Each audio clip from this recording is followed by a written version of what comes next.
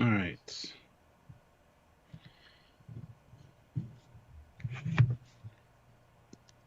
Well, thirst contact, yes, we would like to be punctual as well, but sometimes technical issues come up, things happen.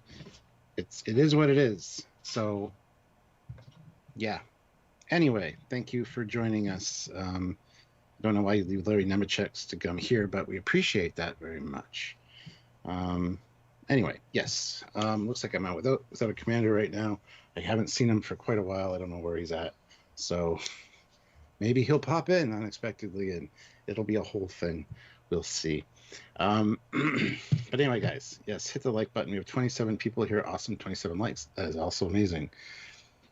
Can we get more, though? Because now we have 25 people and 28 likes. So hit that like button. Let's try to get to 50. And we really appreciate you guys being here. Hope you like the new L cards, the new look of things. We're kind of jazzed about it. So just gotta adjust my camera a tad. And if you guys are a member of the channel already, stick around at the end of edited videos. You will see where you are in our Trekyards fleet. There we go. That's maybe a little better. Where you are in our Trekyards fleet, as we definitely have some cool new stuff going on. Yeah. Everything looks great. I know, but the framing wasn't quite right on that, and I still don't think it is. It's actually kind of...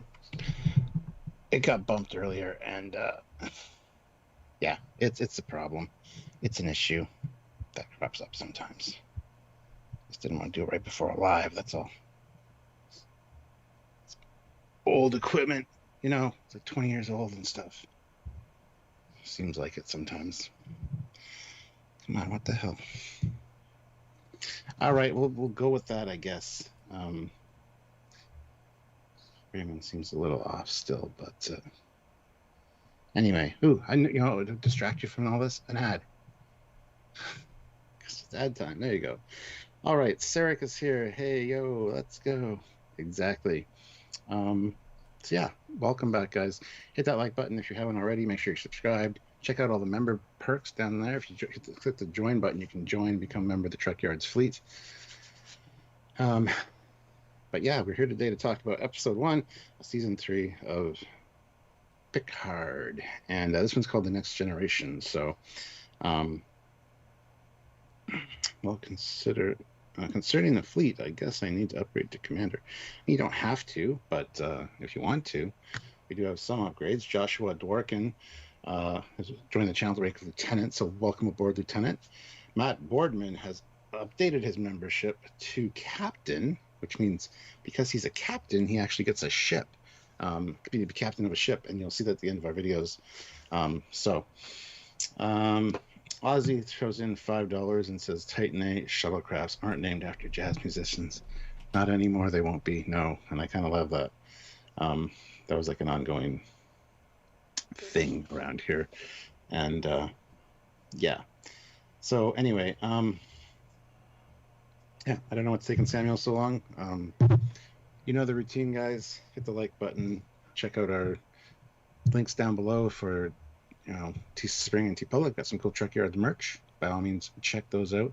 We are working on probably doing a Trekyards store at some point where we can sell different merchandise as well. And oh my God, there he is. I don't know what's happening. The ship is shaking. Oh my God. Oh my God, things are happening. What are we gonna do? Oh, he's injured. He's injured maybe. I don't know. Oh my God. No, he's got no comm badge. Why does he have no comm badge? Is this on? Hi, Commander. Yeah. Commander, hi. How's it going? Oh, you can't hear me yet. Turn on your comms. Turn on your comms. There you go. Has this been on the entire time? Yeah, it has been. How many years has that been? Jesus Christ. Like 20 years? That's It's been 84 years. That's a lot of battery I wasted. Jesus. Yeah. You okay, Commander? Well, I was dealing with some shit. I mean, Oh yeah. I've got the old one. It doesn't pump out. It just keeps firing unlimited because it just keeps shooting successfully. It doesn't need to be It just works. It's not a pump action phaser rifle. Okay, No, that's good. It just works. Yeah. It's like, you know, you buy a boiler from like the 80s. It still works, and then now it dies in like 3 years. Woo! Yeah. That was I hope that looked as cool as I wanted to look. As an entrance. Probably not. Probably not. Well, It's pretty good. It's pretty good, but I was like, what am I gonna do? Well, I want to do something funny, and I slightly bashed some things in my room. Let's not talk about the slight damage I did. yeah, I saw that you might have done something. What was it damage to, though? Nothing real, just things falling on things. Oh, well. So now I can rejoin Starfleet, because I was like, where's my badge? Oh, it's still in the office. Not that you can see it, 'cause it's too low, but, whew. Oh, come on. My camera, I got bumped in. Oh, no. On this side, isn't it? Dear me. Hi, Stuart. How's the last 20 years Hi. been? You had another baby without telling me? You know? No, Are you still okay, then? Okay. Yeah, nothing like that going on. Okay, good. Yeah. Not with, like, a British accent or anything. Wouldn't be quite as weird for you, obviously, but, you know. Yeah. Yeah, nobody needed a codex to watch this, so that's good. I don't think, anyway. Maybe everybody can still see it. Whew. Peace has been restored. Yes. Season 3. Stuart, we made it. We did it. We survived. We did it. We watched it. How many times have you watched it now? 5. Oh, I guess Sylvia as well, etc. Yes. And how did it differ on you know the different watches? Was it a distinctly different thing? No. So it was enjoyable every time. Yeah, spill more coffee. It's worse than I thought. 1 second. Oh my god, he spilled coffee. That's bad. Anyway, we'll get to super chats. Matthew DeFritas, $5. A live-action Star Trek series that respects canon. Psh, I'll believe it when I see it. Oh my god, it's happening. Pretty much, yeah. Okay. Up that coffee on my desk. Charles June. Oh no. Puts in $5. Thank you. Says, hi, Captain Commander. Hope all is well. Hope all is well. Hope all is well with you guys as well. Also, we have a lot to talk about. We want you guys here for the ride to deduce, theorize, discuss, pontificate, and we have filmed a ton of the edited videos, as you guys can imagine. So we've already had all these debates, and we love that. We love doing this before the live because then we get to have our discussions, our theorizations. But now we come with all the extra thought and information, so that's pretty. And we also get your input, which is important. So make sure you super chat in and let us know your thoughts on this. We want to get new insights into things because we've been sitting with it and talking about it ourselves for quite a while now. So and it's always funny that we notice stuff and then people notice after. Like we're so straight. Like the 2S Dreadnought. Like no one noticed that, and suddenly it's propped up online, and we're like, "Yep, already filmed a video on it." It's like, "Yep, done that already." Had that discussion. Yeah. Dear me. So I'm going to start with the poll. Go for it. 93 people here now, which is amazing. So hit that like button and don't forget to subscribe to the channel. If you want to click the join button, there are new join options and ranks. So check it out. You can be a member of the Trekyards fleet. Hopefully you guys are enjoying that. You get to see what ship you're on, and it's going to be some fun things happening around here. So speaking of, Matthew DeFritas joined the channel at the rank of Lieutenant. Welcome aboard, Lieutenant. But does that rank me? Yes. Haha. Right. Matt Boardman has upgraded his membership to captain, though. So he's like moving on up. He wants a ship, I guess. It's like, but he'll get to pick a ship. Like I'm sure he's seen the list. So could he pick the Enterprise then? I guess in theory. No, he's not an admiral. He can't get a hero ship. Ah, okay. Exactly. Charles June, $5. Oh, read that one. Never mind. Sorry. Oliver Lavery Farag is the one I went through. Read. £5. Thank you. Adult websites now have a new category. It's called LCARS, and all the clips are from this episode. Hashtag hot AF. Okay. Yeah, the LCARS segment was damn sexy. Damn nice. I approve. So, yeah. I do. We all do try, yes. So I'll now get sharing. See you in a minute. I've already done my spiel for the sharing, though. That's the whole. Thank you for joining us. Hit that like button. Make sure you subscribe to the channel. Click the bell notification icon. Do all, and do not forget to check out our social media as well as our links down below to Teespring and TeePublic, where we have some really cool Trekyards merch, which you guys can buy, and how we represent in Trekyards. We really appreciate all that. So there you go. There's the spiel.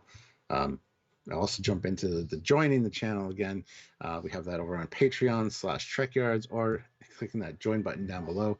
And like I said, it depending on your rank that you pick, you can either get yourself a ship, or you can be assigned randomly to one of the ships captained by one of the captains in our fleet.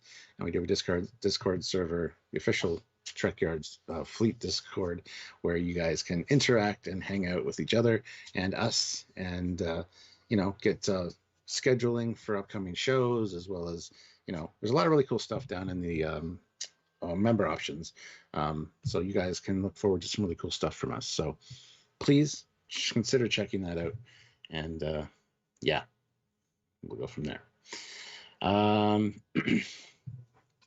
right.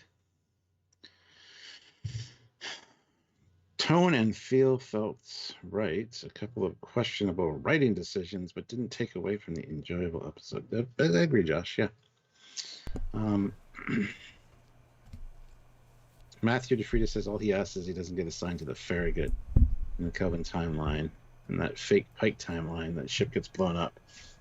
Seems like bad juju. There you go. So you just join at the rank lieutenant. You'll randomly be put into one of our ships in the fleet. So you'll have to check and see where you are, what ship you're on. Could be fun. So yeah, and it gets updated every week. So that'll be a episode 2 situation. Yeah, I think our thumbnail's cut off on the one side. It's a little bit. Oh yeah, tiny bit. Yeah. Yes. Yeah. Yeah.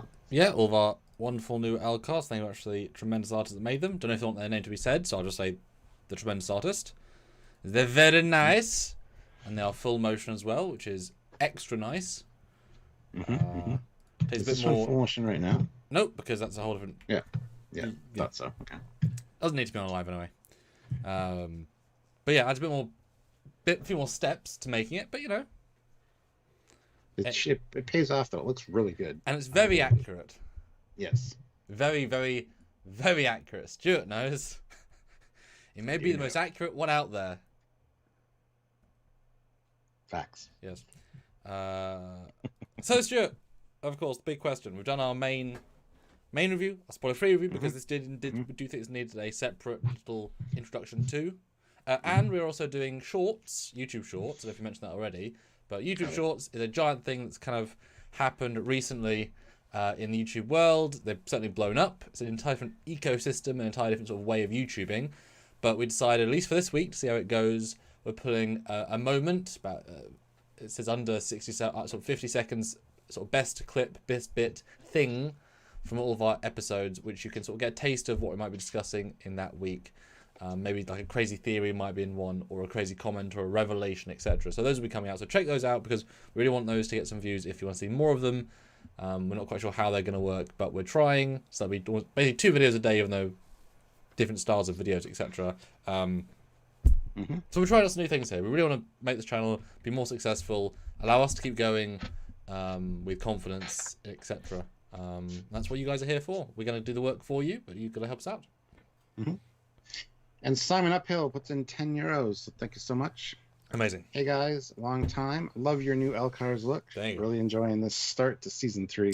The opening felt very much like the beginning of Star Trek 3. The USS Titan's transphasic shields, a new thing. Are the USS Titans? It wasn't transphasic. It was a different. I think it was metaphasic. It was metaphasic shields, which is the shields that Crusher sort of worked successfully against the Borg probe ship in Descent.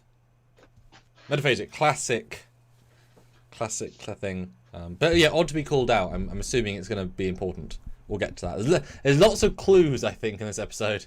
I think it's fair to say. Yeah. Flavius V. Flanta. Good to see you. Throws in 25 or 24, 25 krona. I don't know what they are. But thank you. Romanian Lou. There you go. Thanks so much. $5. Hey guys. Thank you. So the mystery person, which is helping Rafi, is Worf? Question mark. The first episode of Picard season 3 was exceptional. Keep up the great work, Trekyards. Yeah, I think it's fair to say. I think it's fair to say that her handler would be Worf, with some of the things we see, the evidence. Or it's the other guy that she's with in that scene. Because there's 2 people in Worf's party. So could be the other one, and then they bring in Worf. Because Worf's an absurdly high-ranking handler, where he could be the department head, and that could be that. So I think more likely, like, one above. But I think it's still going to be Worf. Otherwise, this is one of the most important missions in the Federation, because you wouldn't send one of those decorated officers unless it was one of those important. You know what I mean? Like, anyway, because handler, not like a boss, like the direct handler. So it's not even that high in this totem pole. Anyway, question for all of you though. Spam in the chat right now. And I'll probably ask a poll, but just let me know right now. Season 2, episode 1, we all thought was also exceptional. Which season opener do you think is a better episode? Season 2 opener, written by Terry Matalas, or Season 3 opener, written by Terry Matalas? That's a good question. They're both really good. For different reasons. That's a debate we can have a little bit later on. But Stuart, then, what do you think? Now you've got all the retrospective thoughts, our discussions, our breakdowns. We've deduced, deducted, and talked. What do you think of this episode? Episode 1 of Season 3. It's great. Return to Star Trek. I love the musical cues. Everything about it just felt Star Trek-y. We've got beauty shots of ships. We got the TNG cast back. Well, not all of them yet, but the back and forth between Picard and Riker was on point. A few things were kind of left me scratching my head.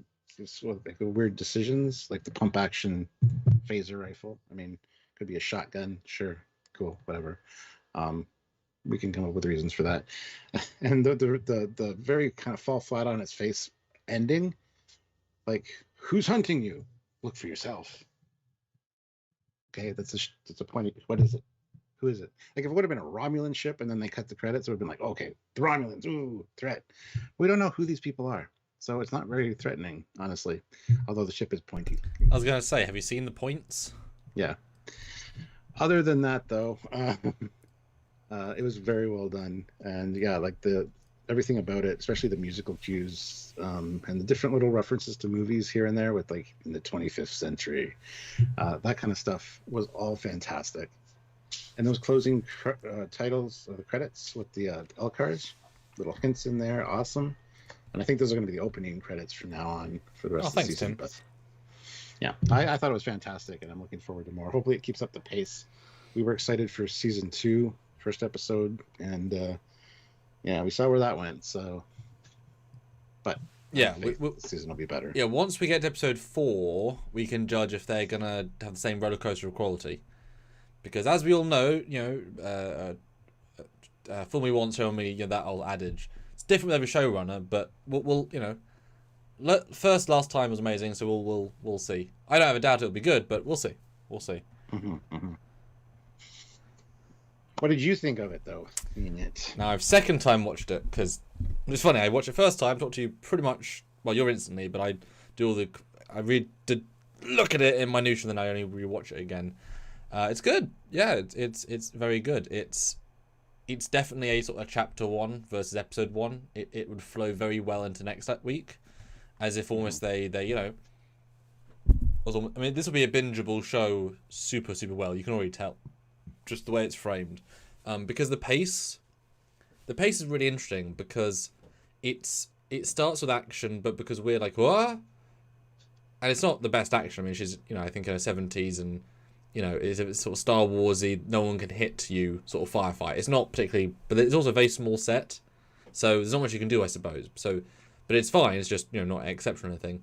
Then you have a whole load of slow scenes, but they're really characterful scenes. And there's a lot of characterful scenes, so the pace doesn't necessarily get going a lot, but that's kind of a nice build. It's the whole thing's a gentle build, with the surprise that we learn the spoiler at the end. We learn the Beverly Sun thing right out of the gate. We learn about the weapons. It gives us a lot of information, which makes it feel very full it's not filled with the red herrings or at least apparent red herrings, or the spinning wheels. Every scene feels important. Most of the joke dialogue also serves a purpose as well. Things like Riker saying, "Oh, I'm enjoying this." It could imply because he's not done anything fun for a while with his family because they've been doing something sad. All these things imply, infer, develop things. It doesn't feel very wasteful.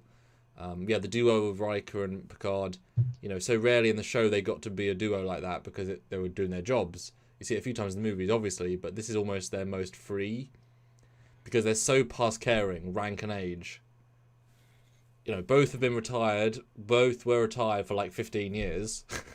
So they both lived out of it. Now they're back in uniform, but also not really. So there's a nice, there's a nice camaraderie there, which we haven't seen fully yet. So that was really rewarding. Seven is there, obviously, doing her thing. Titan looks nice, although we knew what it looked like from the trailers, so it's no great surprise. The CG is better than it's been since Enterprise. Mm-hmm. Stranger Worlds is great. It's just still, this is, I think, nicer looking. And it also would have been nice to have a new bridge of any kind, and certainly 30% more light. There's certain shots in the episode where, like, LaForge's legs are pitch black, like completely black. There's no light hitting them. I'm sure you love it, Stuart, because you love the dark sets, but it's definitely sort of night mode feeling. And I wish they'd. I don't like these darkly lit sets. No, I like darker, atmospheric. That's just too dark. Yeah, like I say, when there's literally characters who are parts of their body is entirely black, you've not gone off light, clearly. They must be pushing that ISO levels to the grain level. So personal choice, and certainly for every single screen cap for our views, I have to up the brightness. Every single one, just to do the show, so it tells you how dark they are. But you don't notice it when you're watching it. But as soon as you stop, you're like, well, that's in a very, very, very, very dark bridge that probably look fine on the day. Just they should brighten it in post probably. Yeah. But it's a lot of fun pieces, a lot of good references. Apparently, we're going to explode in 54 seconds, though, Stuart. So, do you have any final thoughts? You mean we're going to explode in 54 seconds? What does that mean? Well, look behind you. There's the explosion countdown from Genesis. Oh. Yeah. It stopped at 54 though, so I guess it was very dramatic for a second, Stuart. I just noticed we're going to explode. I was like, what? Yeah. Somebody asked in the chat, Simon Uphill, was there a Cali class above Titan that she loses space dock? Nope. That's like a STO Nebula class style ship. Yeah, there's one shot where they could be, and we'll find it. But I know they weren't allowed to use the Parliament, and they actively removed some fun reference ships. So let's not, that's their thing. That's their thing, I suppose. Yeah. Oliver Farag, £5. Thank you.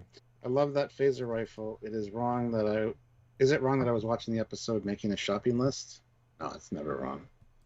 I hated the pump action phaser rifle, honestly. I'm like, is she pumping that? Seriously? Like, it just totally took me out of the scene. Distracted me 100% right at the get-go. Like, what is she doing and why? Anyway. Joe Cronin Show, $5. Thank you. I really like this because the characters mostly. Mm-hmm. Finally, I've watched it 5 times. Yes, I'm right there with you. Well, yeah, the characters come through. I mean, Riker is obviously the MVP of this episode. He sings in his scenes. Picard is given a back seat in terms of dialogue because his voice, I think.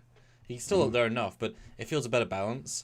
In last season, it almost felt as if they were making everyone else say most of the dialogue because it was just, we have to spread it out. But there was War Mill cast. You got Elnor, you got Rafi, you got blah, blah, blah. Here you had the main two, and having a strong... Maybe that'll be what we're going to have the rest of the season, sort of a pair or a trio to focus the dialogue, to keep them kind of centered.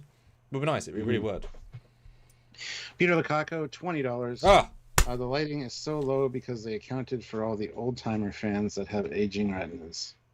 And then they should brighten it up then. Yeah, wouldn't it be worse? That's the opposite. Eyes get worse as they get old. It should be even brighter. Yeah. Chris Rains, £5. Maybe the pump action phaser was modified by Beverly to fight the aliens hunting them. That's why it is. His power cell so fast left the ring of ash. Yeah, because he does say, you ever seen anybody like ash like this after dematerialization? So yeah. Yeah, I had that thought as well. I noticed it on the subsequent viewings, but on the side of the phaser, there's like 6 or 7 lights. Yep. Each time she fires, it goes down. It's like a shell. Oh, no, Stuart. There are only 4 lights. Come on. Oh no, there's more than that. No. If you Anyway, see more than 4, you're wrong, Stuart. That's the same with all of you. It's like a shell being fired, which I kind of appreciate. I didn't notice that the first time. Yeah. But it makes more sense for the power usage. Like, I think you see the lights the first time, but certainly not them going down. Yeah, exactly. Yeah. Every scene, yeah. I mean, it would have been nice to give it a different emitter if it was a pump, if it was a shotgun. But still, and we'll get to that, I'm sure, in a few minutes. Since it'll be a long live, guys, there's a lot to talk about, and this is the only scene by scene breakdown show on YouTube. So if you want to support this sort of content, please do join the channel, like, subscribe, super chat, super thanks, etc. And 168 of you here, so hit that like button. We're only at 89 likes. On the poll. We can easily hit 150 likes right now. Hit that like button. Julian Penn, though, $10. Thank you, Julian. Who would win in an arm wrestling contest, Data or the T-800 from Terminator? I think Data because of how he bent the bar of the advanced alloy in Measure of a Man. Yeah, sure. We'll go with Data. It sounds like a death match kind of situation where we need to, like, plug things into a computer, figure it out. Okay. Also, Marco says, Memory Alpha has this show at 2411 as in the episode. Frontier Day is 250 years since forming the Federation, 2161. I also heard somewhere it's earlier. Well, it can't be 2401 because that would make it 10 years since the last episode, and I was told it was 2404, only 3 years since that last episode. Yeah, I've heard 3 years since last season. Yeah. Because 10 years, I mean, jeez. I mean, if it's 10 years, then the kid is going to be in his 30s. But that also, I can just point out, if it's 10 years, then Jean-Luc's longest relationship, if ever, of his life has been with this Romulan lady. 10 years together.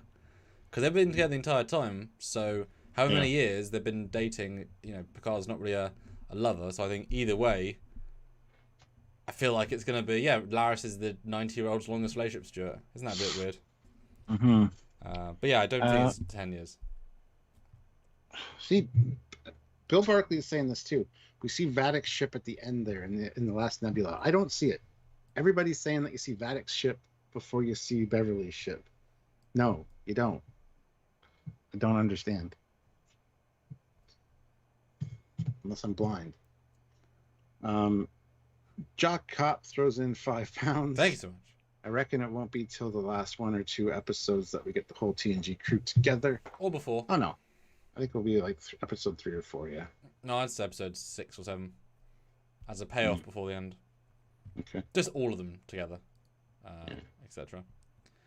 Peter Lukaku, $5. How long do you think Captain Shaw will last? And was 7 officially striked from command, so she cannot officially take over as captain? She wasn't stricken from command. He did say you loyaltied your way out of a career, but then he also said, I want a complete report of everything that they did up to this point. Which means she's still doing her job. Well, he's also very by the book. He's not going to court-martial her then and there. He's going to put her through a tribunal, and blah, blah, blah, blah, to Starfleet, blah, blah, blah. Also, I forgot to answer Julian's thing about Data and the T-800. Oh. I think Data, because he's I feel like T-800 has the raw strength ability, but the skin lets him down. There's a point of failure because it's having to work around that, whereas Data is 100% cybernetic.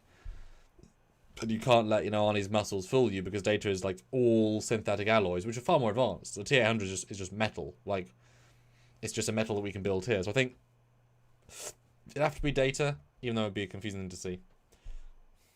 Yeah, and Bill was saying, that pointy ship that looks like Nero's ship, Stuart, I believe it's the Vadic's ship. What? Yeah, but people say they see the nebula before you even see her ship, and it's not there. So I don't know what you're talking about. Because that one that approaches the ship, the small one, is not Vadic's ship. Anyway, I'm confused. Let's just move on. No, Matthew, we all noticed that. We'll get to that in a minute. It was very obvious.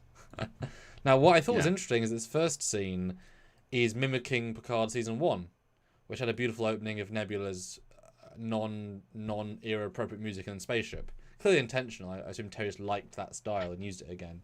Worked also nice, again. I thought it was nice. Yeah, and we find out later it's a mixtape that Picard gave Beverly before when he last saw her, so... Yes. Kind of funny. But yes, and knowing the size of the Helios, this is a tiny shuttle of a ship. I mean, it feels like a cruiser, but these things are basically fighters. I mean, it's 2 people. That is the entire crew. So yes, Helios, random ship, not even hiding a nebula, just next to a nebula, playing music. Beverly's having a nap. Who's listening to a very nice looking LCARS.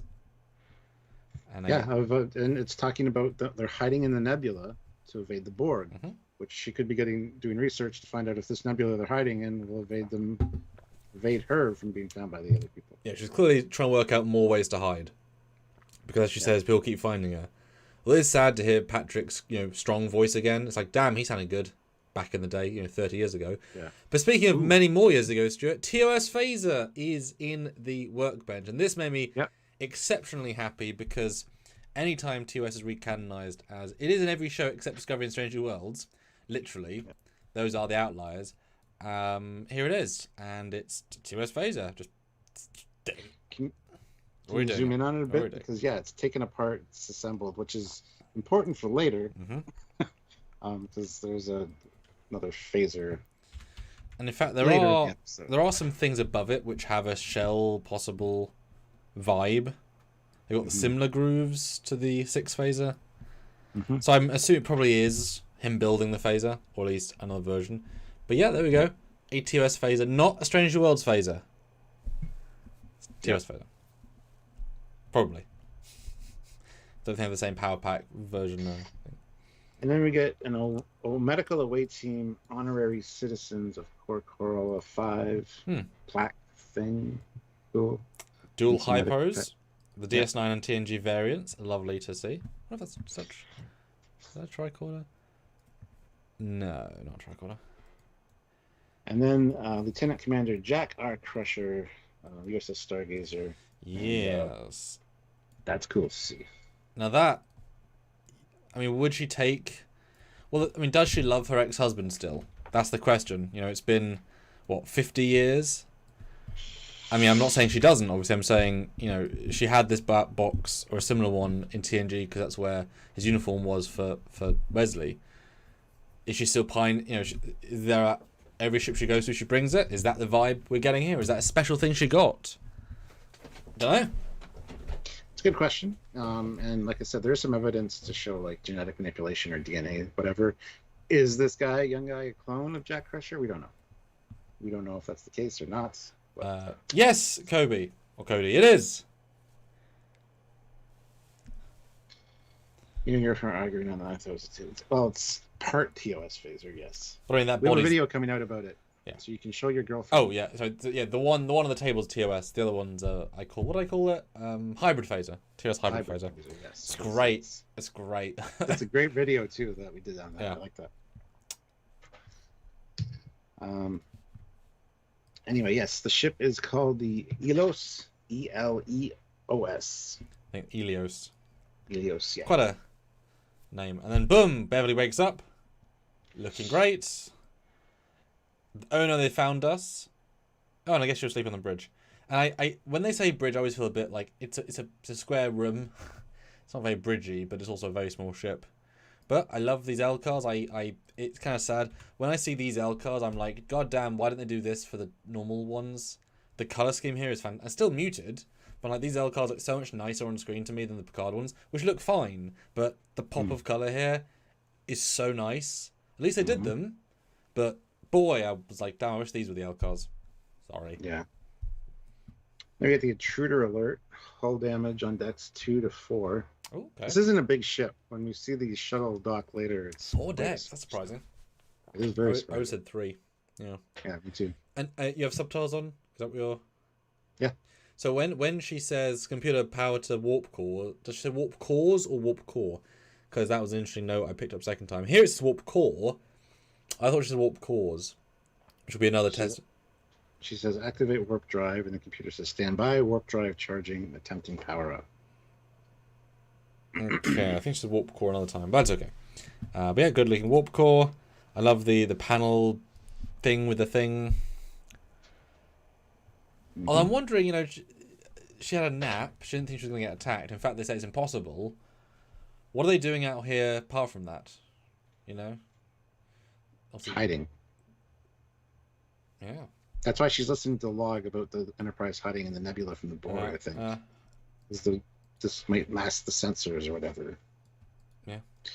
Matt Boardman, $5. Helios is the Greek god of mercy, clemency, compassion, and pity. Yeah. But what isn't pity is when she grabs the phaser rifle. I missed, hold on, before you do... Okay. SVS Guru 2000, €5. Says those little ships that attach to the hull are Iwachi Kolash frigates from STO. They just changed the glowy bits from green to orange. You know, the model is, yes, but they've said they're not them. They just like the ship design, so they nicked it. Because those not cannons, they can nick anything they want.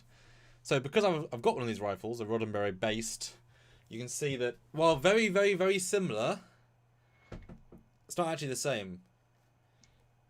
Basically, the bit that she's rocking is entirely different. Yeah. Which, that might be where the power pack is. There doesn't seem to appear to be any of this stuff. There's no glow bits there. The real one hasn't got it's got a little thing, but it's not got a full... It's not the same.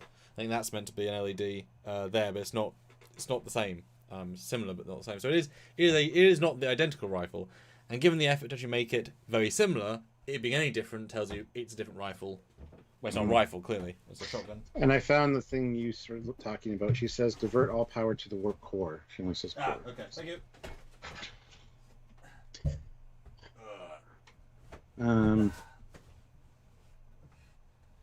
Yeah, unauthorized docking complete, and then we got intruder alert. We get the masks. Good introduction. Yep. And there is a note later. There is a note later on when he says, "We're all like we keep being chased, and they always look different." So that would be important to note later. Yes. Yeah. So this might not be. There might be multiple factions trying to find her. Is what I'm getting from that. Or there's some kind of chameleons. They change their appearance, or they inhabit different species, whatever's closest nearby. Ooh, like brain bugs. That's what a lot of people are speculating. So.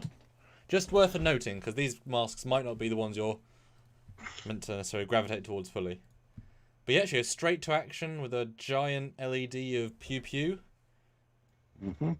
And I do wish they made it a bit more looking like a spaceship, because it just looks like a warehouse with a lot of pipes. Yeah. I know it's not necessarily a Federation Starfleet ship, but the fact it's got the it gives that sense with the warp coils, etc. It doesn't necessarily have to be, and it doesn't have phaser strips or anything. So I presume it's Federation. But do you need this many pipes for a 25th century ship? Couldn't they be in the ceiling underneath panels? I mean, simple stuff, I know, but it just feels like a warehouse. It's not very spaceshipy, and it's meant to be her ship. Now, I like the boxes, but I wish we had some normal looking corridors and then just filled boxes versus just warehouse. What do you think, Stuart? Would you go with me on that? Not really. Okay. It's a smaller ship, maybe just civilian designed differently. I'm sure it is. Easy access kind of thing. But it's like the Les Arena. The Les Arena is just a big warehouse looking thing. Just a bit more sci-fi in the basic design. Everything else is fine. Just small things. Yeah. By the way, 200 of you here, which is awesome, guys. Hit that like button. We still haven't hit the 150 we're looking for. So if you have not hit the like button yet, do that now. Consider joining the channel. There's a join button down there. You can join our fleets and be in one of the ships of our fleets. And super chat. We want to hear your thoughts and comments, so please do. Theodore Lukaku just did with $2 and says, "Did I miss it? But who's the father of Bev's son?" Nobody knows yet. It's one of the twists. Yeah. And Matt says it's not meant to be a capital ship, it's more of a cargo ship. Well, yes, obviously, but it's still a spaceship. I wouldn't expect to see, a cargo ship that just has flat wood walls with pipes. I mean, it's a very far in the future. They're allowed to have a bit more flair. But if they've been under attack for a while and they're stocked up on supplies, they put them all in this corridor because there's not much room on the ship. And if they've been under attack for a while, they might just, I don't know, haven't had time to put stuff away and make it look nice. It's the design of the walls, Stuart, not the stuff.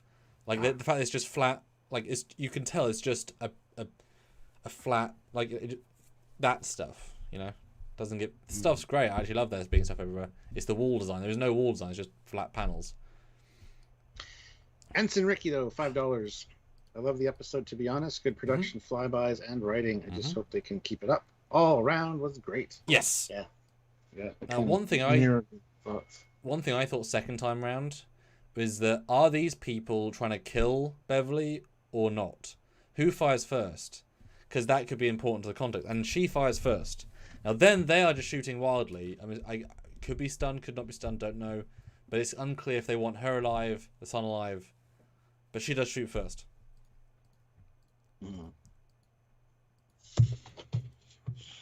Sergeant Montgomery will get to that. He says, "What's the dude at the bar? The same dude in the formation with Picard and Riker." Well, the actor who played the guy in the corridor posted on Twitter, and Terry Metalis says, "This guy looks sketchy, Riker. Be careful." So I guess there's some kind of Starfleet plot going on. Yes. Which is Starfleet, which is Starfleet that we've seen in the trailer. So. Oh, that's totally an Enterprise-y bridge, one of the small ones. I just realized she's sitting on. Yeah, when she runs and they shoot at her, really surprised they couldn't hit. They've got semi-automatic laser guns and they can't miss a relatively tall woman walking a straight line in the corridor. There's a few things like that. It's not a particularly well done fight scene. It's fine. It's more about the emotion of it versus the actual quality of it. Yeah. The disintegration effect is pretty cool, though, I gotta say. Yeah. Well, it's a bit harsh that she shoots him in the leg to then disintegrate him. So let's cause him more pain before we disintegrate his body. But yeah, she basically one-shots him. Any worse would be go out to his head. It's quite a... Yeah. There's no hesitation. It's extremely... Not vicious, but it's just... Yeah. And are we implying that this is meant to be it on a special setting that disintegrates? Because we saw that all throughout seasons 1 and 2. I feel like every phaser can do this. Just turn the power could be on. the only way to dispatch these particular people, these enemies. And she's modified the phaser so it really sucks up the power. Then I would have no problem with being pump action and just like draining the power packs that fast. Yeah, well, how many disintegrates do you think a TOS phaser do? So I would still think dozens. I wouldn't necessarily think, oh no. Tons. Yeah, so this thing... maybe this is a special yeah. particle or special energy it needs or something that she's modified. Who knows? Yeah. But yeah, kicks his ass. Yeah. And we can tell she's injured, although it's very dark. Yeah. Because the blood's reflective. Yeah. Oi. Although was she shot here? I guess she was shot while in the cloud of smoke. She was shot in the thing, yeah. But that was... she had to run. But then she's shot by her stomach. Yeah, I don't know where that happened. Which shows me now on stun. But painful stun, I guess. Because, I mean, a kill shot isn't just hurting you, it's putting energy by it kills you. Could have been shrapnel from something that exploded near her. Good. I like shrapnel. Yeah. But who's she calling, Stuart? Oh, this was kind of stupid. Anyway, the Myriad codec she uses, which is cool. But then she calls Admiral Jean-Luc Picard. Like, no shit. It's not like this is like first time the show's called Picard or anything. Like, I felt there should be a second edit though, where we refilm this. Just rebuild the set briefly. She comes in and says, "Computer, cool, baby daddy." Da-da-da-da. The same thing. It's just we wouldn't know who it is at that point. And then something has to Picard.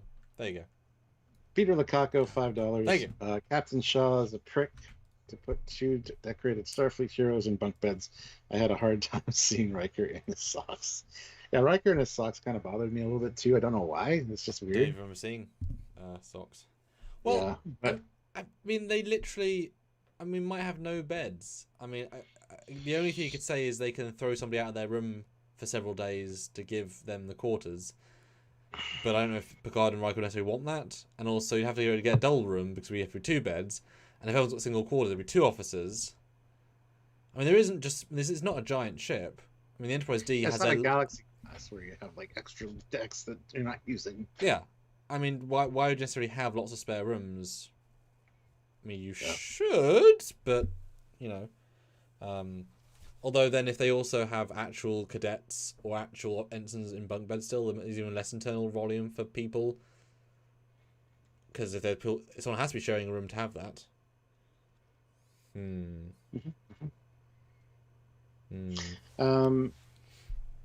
And yeah, the captain probably did the piston off. Yeah, I agree. Secret castle. But no, then the two more ships come in, and the ship actually finally powers up and jumps to warp. And I love how the one that was attached just kind of starts like drifting. Yeah. As a I mean, you've never seen that before. Like, I don't know if I'd made it, if I'd had it go with them or break up, or because you'd think the warp field would go around it and then destroy it, or it would, like, it's odd that it would be whatever. And a very quick warp out as well. There was no build up, and it was just gone. There was no effect to it. And also, these other guys didn't try and shoot them. Which I wonder if it's a case of they can't risk hurting them, because they had ample time to shoot themselves while they're powering out. So I'm guessing they can't kill them. I'm guessing. But then we get part 1, the next generation. Very Star Trek 6 style. Back to the season 1 painting, beautiful, and what a symbolic thing to start on. Oh, first love. She wasn't my first love, but she was my favorite. Yeah, that was nice. And then the whole spring cleaning thing. That's kind of funny. Although you can always say, Romulus, oh, is that too soon? Because you know you're a refugee of the planet, got destroyed only a few years ago. Too soon? No, it's fine. You prick. We only do spring cleaning when people come through the side door. The back doors. Yeah. For the You know. Yeah. Spring cleans are only for those that know our true name. After our surname, through our third corridor exit room. After you've married them in their third wife, to their real name after their first trap wedding. Romulan traditions are just. Well, season 1 traditions. They've never mentioned them again. So now this is worth noting, Stuart. We've been told it's 3 years later. They've been together for 3 years. Yeah. I mean, they're clearly in a romantic relationship. It's a nice. I mean, we wouldn't be, the well past the honeymoon phase, so you wouldn't necessarily have that. But yeah, they've been dating 3 years. This might be his longest relationship ever. Possibly. He wasn't with anybody during the Enterprises. Stargazer, possibly, we don't know. So, took him to be 90 to get a girlfriend. How do you feel about that, Stuart? He's had a girlfriend that's Romulan for 3 years. Good man. I think it's fine. I love how he wants to give the painting to Geordi because he's head of the museum, and box that up. And the guy goes to do it, and she's like, "Don't you dare!" SPS Guru 2000 member for 15 months at the rank of ensign. Thank you, ensign. Who's the better MILF, Laris or Beverly? Laris for sure. I would say Laris. Well, one lady is 73, one is 61, so 12-year age difference, and you definitely feel it. So I'd say Orla. Yeah. She looks older, but not old. Yeah. But she's actually very good in this episode. She underplays everything, but with a real nice sincerity, which is nice for sure. Because basically Picard is semi giving up his legacy. He's obviously had 3 years with her. Now he wants an adventure to go off and do something that's her idea. Because she's obviously been at his vineyard for, 6 years, 7 years, just helping the vineyard. I mean, that's all she's done. And now she wants to go do this peace thingy at this place, and Picard is not wanting to be truly involved, but to be there, to relax, to drink, to memoir, to get out the house. And so he's giving away some of his stuff and packing it, and it's I'm not about my legacy, which played a lot stronger the second time. Because if you've now got a son you didn't know about, you've now got a legacy, and with your first maybe girlfriend. Yeah, it plays a lot differently the second or third or fourth or fifth time for you, Strip. Yeah, it does for sure. I love you see the Racian flute and all that as well, and he's talking about past friends and I think it was a really well done scene. And moving on to the next stage, next adventure in his life, is kind of cool. So yeah. You think we'll see Laris again? Yes, at the last episode. She's sitting at the bar waiting for him to come, and he just doesn't show up. Or he does, one or the other. Well, yeah, there has to be a closing arc. Because she's been the only consistent character for 3 years, give or take. Well, I guess she would have, the actress anyway, apart from Rafi. But it's nice. It's some sweet scenes. It's good. It's simple. It's effective. Picard's relatively light. He's breezy. you know, he vibes in, I value the past, but also I want new adventures. It's a good scene. It's not shitting on the past. It's not being depressed old man of season 1. It's not being over the top season 2. It's it's a nice balance. Yeah. By the way, guys, a nice balance would be 200 likes. We have 240 people here, but only have 160 likes. So if you haven't hit that like button, hit the like button. Consider subscribing and consider clicking that join button and checking out all the options. You can join our Trekyards fleet. Yes. Please do so. And Richard, yes, you are right. Picard in his golem body doesn't need Viagra anymore. Yes. Picard is now fully functional. Yeah, I would just have a switch on my earlobe if I needed. Well, give him Umox. It's pressure sensitive. Yeah, yes. Yeah. But I'll end the poll, though. I asked you all fabulous people, what did you think of this episode? 293 votes. The rather striking results there, so good job, team. 61% loved it, which is a strong positive. 28% liked it, which is still a positive. Only 8% okay. Only 3% disliked, which is a very good ratio. What's that together? Like, it's like 89% distinctly positive. Very nice. Yeah. Very nice. Very good. Start doing a new poll in a second. So he'll do a new poll, and like I said, I'm going to remind you guys to hit that like button. We're almost at 200 now. It's creeping up, but with 240 people here, we should hit 220 likes easily. Hit that like button, guys. And yeah, super chatty. I mean, want to hear what you guys think of this season so far, because a lot of people have very strong opinions on this episode and from what they've heard of this season. So we want to hear your thoughts as well. And keep in mind, we do read every super chat on the air. Yep. So it'll be immortalized. You can have your voice heard, your question answered, your comment addressed, whatever. There you go. Yeah. And the new poll is up, so go vote. Who should Picard end up with, Laris or Crusher? I say Laris. Well, you can go vote. That's just me. Yeah, so you guys can vote. Go vote on that poll. And now we're only 8 likes away from 200, so people are hitting the like button. I appreciate that so much. Really shows your support for the channel and what we do here. We do put a lot of hard work and time into bringing you this content, and we love you guys. So please show your support. Yeah. Anyway, we get I love the fact that it's a old-fashioned record player. I forget what it's gramophone. Yeah. But like modernized with like lights and a thing in the center to make it like modern. Yeah. That's a nice touch. Yeah. Then he hears his comm badge going off and the computer's no help. It's like, where's that coming from? Can't tell. I'm like, I have a thing on my phone, on my watch right here. But if I lose my phone, I just hit that and my phone goes off. So I can find it. It is encrypted Starfleet security technology, and he's just got a home computer system. Yeah. I mean, a stupid home computer system, by the way. Well, yeah. It's worse not than this thing that begins with an A that I can't say. But anyway, he goes to his possessions. He's kind of going through. He goes through some Enterprise E data pads, which are great to see. Some Picard Chateau wine empty boxes. I guess been drinking heavily.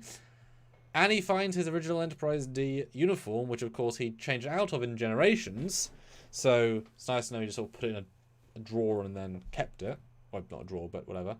And then yes, he keeps his. I mean, we've seen the scene already in the previous video, but yes, he opens up and he finds a toy-looking communicator, which of course they've removed the iconic black outlines, so when seen in full light, it just looks dumb. It's a shame. It's very inaccurate combination. And given they have originals, like I know they just thought, I'm guessing that they just thought, oh, that was to accent it for lo-fi TV, but like they wore that for 7 years. That's the canon, and you didn't need to change it. And it looks to me distinctly worse, having that extra color. Distinctly worse. Looks like plastic, like a weird. Yeah. So something they could get better in the old days. But I mean, it's good to see. Although it's sad, he says, more than 20-year-old comm badge. And then later he says, I haven't seen Beverly more than 20 years. Or like, she disappeared 20 years ago. But Patrick, or Picard, you had the E with her with a separate comm badge, which was like 10 years. This comm badge is like 30 years old. Well, he does say a 20+ year comm badge later. But you don't, yeah, well, no, now. But you don't, if it's 32, you don't do it down to 20. And if in his brain he's thinking, I haven't spoken to Beverly in 20 years, and this is 20 years old, there's a giant gap of the E in between. So he is like 30 years. That was a really weird metric, especially if it's 24. Well, boy, if it's 24/11, it's like 40 years. Because he does say, why would anyone send a message to a more than 20-year-old comm badge? Or an Enterprise D communicator? Like, it's just a weird thing that he would say, you know? Because TNG was, and that's not the first time those comm badges were even necessarily a thing. We're assuming they probably would have been a few years earlier. That was. Didn't Jack Crusher have one? Jack Crusher had one with the old style uniform. Yes. Comm badges. Yeah, on the Stargazer as well. Yeah, Stargazer. Yeah. Oh God, yeah. If you include that, Jesus. So the Doctor 1701A throws in €2.50. €2.50. Was the music too close to the original scores? No. That's the point. The guy that's doing music is doing a great job. Chuck A, TNG Fanatic, puts in $2. Great episode. Every week will get even better. Stuart, that comm badge is 50 years old. Well, not the specific one, maybe, but yes, the style for sure. Yes. And he would know that. And he hasn't had that comm badge. 20 years ago, he was wearing this comm badge. So that is a very wrong line. 30 I could accept because it links to the D, but that's just a wrong line. It just stands out because it says 20 for Crusher, but there's a whole lifetime in between. Yeah. Incorrect. We found inaccuracy. Haha. Joe C puts in $5, and this is Joe C's first super chat. So thank you so much, Joe, for super chatting. We really appreciate that. Appreciate the support. And Cosmo says, if you look at the original badge and this redesign, you understand why they redesigned it, especially in 4K. I mean, I shoot mine in 4K and they look great. Yeah. I mean, I have many replicas. They look great. It's okay to have a black rim to them. Mm-hmm. It's stylistic. It's not. I don't think that's really the reason. Someone just wanted to change it for change's sake. Alex A throws in $2. Alex! Thank you. Great start. Titan refit dialogue. Still weird. Yes, it is. Yes. All right, so the computer decrypts the message because it uses the codec Myriad, and it says, she says, Admiral Picard, I'm encoding this transmission with coordinates. Listen to me very carefully. Hellbird. Repeat, Hellbird. No Starfleet, trust no one. Contact Fox and Mulder. Cosmo, it doesn't matter. That's okay because we've seen them. You've shown them. We've seen the conventions. We've seen, on people's, prop displays. Like, personal opinion, obviously, but I've used the other ones for years now, etc. Yeah. It's okay, Jill, because we started an hour early because we want to do 3 hours. Yes. Yeah, good to see you back, Jill. Yeah, then we got a nice conversation with him and Laris, where she's like speaking as somebody that was in special ops. She's scared. You're the only person she can trust. And she does make the point here to say you guys attempted to have a relationship or tried to, and it's like, the keyword is tried. That's probably the most important line of dialogue on the episode, actually. Yeah. He's like, yes, we tried. We did a few things, a few times, a few places, a few planets, but it didn't work out. And she's just like, she doesn't want to send him, but considering she says Beverly's like you're the last person she can trust, that's why she's contacting you. I'll be back in a few days or more or whatever. That was a great discussion. It's like, yeah, you're gonna go do your thing. I don't want you to. I'm sad. There's a place, a restaurant with the sun. Get you there. I'll save a spot. It's like, it's gonna be okay. Yeah, that's definitely. It's really quite sad. I love the writing and that. Yeah. I'll be a few days, and we're all thinking, "Oh, you poor man! Don't even what a promise." I can't tell if he's trying to actively make her feel better, but it's such a non-line. Like it's a foolish old man saying it, because any situation where she's that close to being dying, whatever, is like, no, more than a few days. Well, yeah, it is trying to make her feel better. It's one of those things, like, if you know your partner's not going to be happy, but you have to do a thing and be like, I'll only be a couple hours. Oh, yeah. And when it could be like 5 hours. Or it's that sometimes when people say, can I speak to you on Skype for 5 minutes? It's like 35. Like, it's more than 5. It could be 5. It's never gonna. But it's never really going to be 5, yeah. Especially when you know the person that you're going to be talking to. It's like, It's- oh yeah, block out 4 hours for this. All right. Which is why it plays so sweet. 'Cause it's like, yeah, he's trying really hard there. But also, but what if it takes more than a day to get where you're going? Most places Federation take days to get to, if not weeks. He doesn't even know what ship he can get. He might be able to get. Remember, in Lower Prodigy, like civilian man who's proud of Warp 6. So the chance of him getting a Warp 9.99 ship was super low, especially with don't use Starfleet. So if you've got a Warp 7 ship, it might be 6 weeks to the location. I'm just saying. I mean, I know he's trying to be nice, but boy, he's not right. Yeah. Well, Thirst Contact upgraded their membership to Commander, so welcome aboard, Commander. Well, do I salute a dual Yeah, rank? she still salutes. Oh, okay. Well, you should salute me. Okay. There you go. So thank you. Mark Lawrence throws in $5 and says you guys are going to do a side-by-side comparison of the Titan pre and post refit to see how that would work. Yes. Well, we can.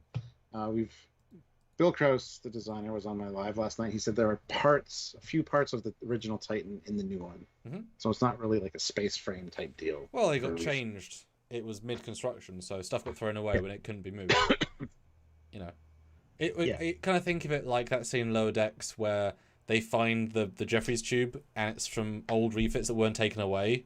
Like, stuff still remains, even if radically gets changed. They might just not, clearly the computer core was the identical computer core because Liam Shaw says at the end, I had to purge your stuff from the database, which means that database was still the same. So the computer core was the same. There's things that would be the same. The phase strips might be the same tech. The torpedo launchers might be the same. Things, especially high end things. I mean, you assume Titan's probably refitted away from the one we saw in Lower Decks anyway. It's been like 7-8 years. So because it wasn't refitted because it was because it was old, it was because it was damaged very badly. If it had just been upgraded to 2 years earlier, it might have all the latest phasers, torpedoes, weapons. And because Titan's not a firefight ship, she's an explorer. She's not particularly high end. I mean, if she's getting high to mid level pieces, it's like, that would be a fine class 16 sensor array. Yeah. SVS Guru 2000 throws in €5. So thank you so much. Yes. Picard didn't read the mission reports logs from when he was assimilated. He should have known about the Hellbird, even if he was the cutest at the time. We'll get to that, Stuart. We'll get to that. Yeah. And Crazy Ghost Hunters puts in $5. Thank you. And says, what is your thoughts on the Titan A? Does the newer ship have slipstream? The reason I ask, because the nacelles look different. Probably not, would be my thought. It has improved impulse vectoring and stuff, but not. I don't think it has slipstream. They would have used that probably, and they were just doing warp. So, high warp. Chill. Yeah, probably. Well, because it's not really under player scene. We're not yelling or, we're not throwing your emotions on a sleeve about your own mother. When you're going subtext, you have to do a lot more small acting to kind of make it work. And he was giving those small things. It's not just sad or upset or angry. It's nuanced, It's like his last scene with Riker and Nemesis. There's almost no dialogue, and it's all played with the actors just playing, and it works really well because of that. Boy, how many times do we have the Titan conversation, Stuart? We've had this. Even if we do a video on it, people will still be talking about it. I know. It's Riker's Titan. Got dismantled, damaged, and they used parts of it. The new one, it's a refit of sorts. Yes. Think of it this way. A new enough ship that it got an A designation. Because it's. Yes. Think of it this way. Lower Decks is canon. It was the Lunar class Titan. It was damaged badly. It was sent for a refit to change it into who knows what improved. And midway through, they said, "Hey, throw 6 impulse engines on." They were like, "Huh. I guess that's a redesign then." And then also, we want to give these nacelles from the Stargazer. Okay, it's a redesign then. And then they had to change because, think of the impulse engines being the reason for it. They had to change the mission profile to work, to make that the most powerful impulse ship, whatever. So they had to change the shapes to accommodate that. It makes sense. It's fine. Same ship, just here we go. Mid refit, which I like. And Marco throws in $5. Ooh. Is Natalis Prime a Federation world? It has Starfleet sensor and Garrett statue. Well, Rachel Garrett's statue is not on that planet, first of all. Yeah. No, it is. She goes from is it on District District 6 to 7? District 7. Yeah. Oh, okay, that's stupid. I didn't get that But from also, the they episode use until money. I was pointed There's a out. drug market, prostitution, etc. Yeah, it could be like a neutral zone area on the planet where everybody can come and there would be currency there. I don't know. I didn't think it was the same planet, first of all. So that's entirely stupid. Yeah, it's not well. I mean, when you know it is the same planet, it's fine. It just goes in all. Yeah. There's not a distinction there. And thank you, Marco, for that was your first super chat. So thank you. We really appreciate that. Welcome. We do these videos lives every single day, Monday to Thursday. Oh, I guess no, because you're live every day. Trekyards, that's Bill Krause right there. I like to imagine the Titan they reuses only Luna's wardroom. Oh, yeah, and the computer core, Bill. And the bathrooms. So that's, Trekyards there, that is Bill Krause. He's the designer. Yes. Of the Titan, so. Yes. Yeah. All right. And also we had a comment. This Jericho, should use the actual Titan. It's a better looking ship. All perspective. I mean, everything is. Remember, some people hate the Enterprise D. There's going to joke about the fans that hate it in this episode. So it's all subjective. Right. Next scene. But speaking of next scene, let's next scene to an ad. Okay. And that's the way that goes. But yeah, great scene, Laris and Picard. SVS Guru 2000, €5. Weird that a refit would completely change the overall geometry of the ship. It's like rebuilding the Defiant into a Nova. Like I say, mid refit. Yeah. All right, moving on from that. Eaglemoss is now canon. I hate that so much. I love it. You know, in the future they would have better stands than those Eaglemoss shitty stands. Sorry, but anyway. My question is, who did these? Because the eugenics war means that Eagles never got founded. World War III never happened. So who invented this in the 24 whatevers? Although I couldn't quite tell if the models were if they're reprints, because you don't see color. I can't tell if that's textured like an actual model. I think they might have been the gold ones, the gold edition ones. That would make more sense. I mean, they kind of have a gleam like that. It's hard to tell in the though. Yeah, because the Dreadnought isn't coloured. You can kind of tell from its. Yeah. So I think you're right. Probably the gold, or just print a new one. I mean, they have the exact dimensions. I'm sure with their 3D print they could just chuck one out happily. But yeah, Eaglemoss is now canon, which I thought was a great transition. A lot of love and respect. Would have been nice to have Guinan in this scene, since they filmed literally days ago with Whoopi Goldberg. I guess she wasn't available, or they don't want to pay her because she literally was that week. They just had the cast on The View where they recreated part of 10 Forward on the View stage. Yeah. And Guinan looked more like Guinan on that stage than she did in season 2, for Christ's sakes. She looked great, yeah. But I mean, I hope we'll see her again. This is Guinan's bar, so I assume we'll see her at some point. Although, did Picard even know about the bar until season 2? I don't remember him being like, "Oh, good to be back." It was more like I haven't been here in 10 years sort of vibe. Can't quite remember. But I loved seeing Riker straight away. Instant introduction. There's no pause, no wait. Nope. Here he is. He's a character. He's not a legacy coming in. He's like one of the leads. Excellent. He should be. And he's having fun. And there's the Dreadnought and other Enterprise Ds. Mr. Loco says, I would love Eaglemoss to be canonized as a Starship design group.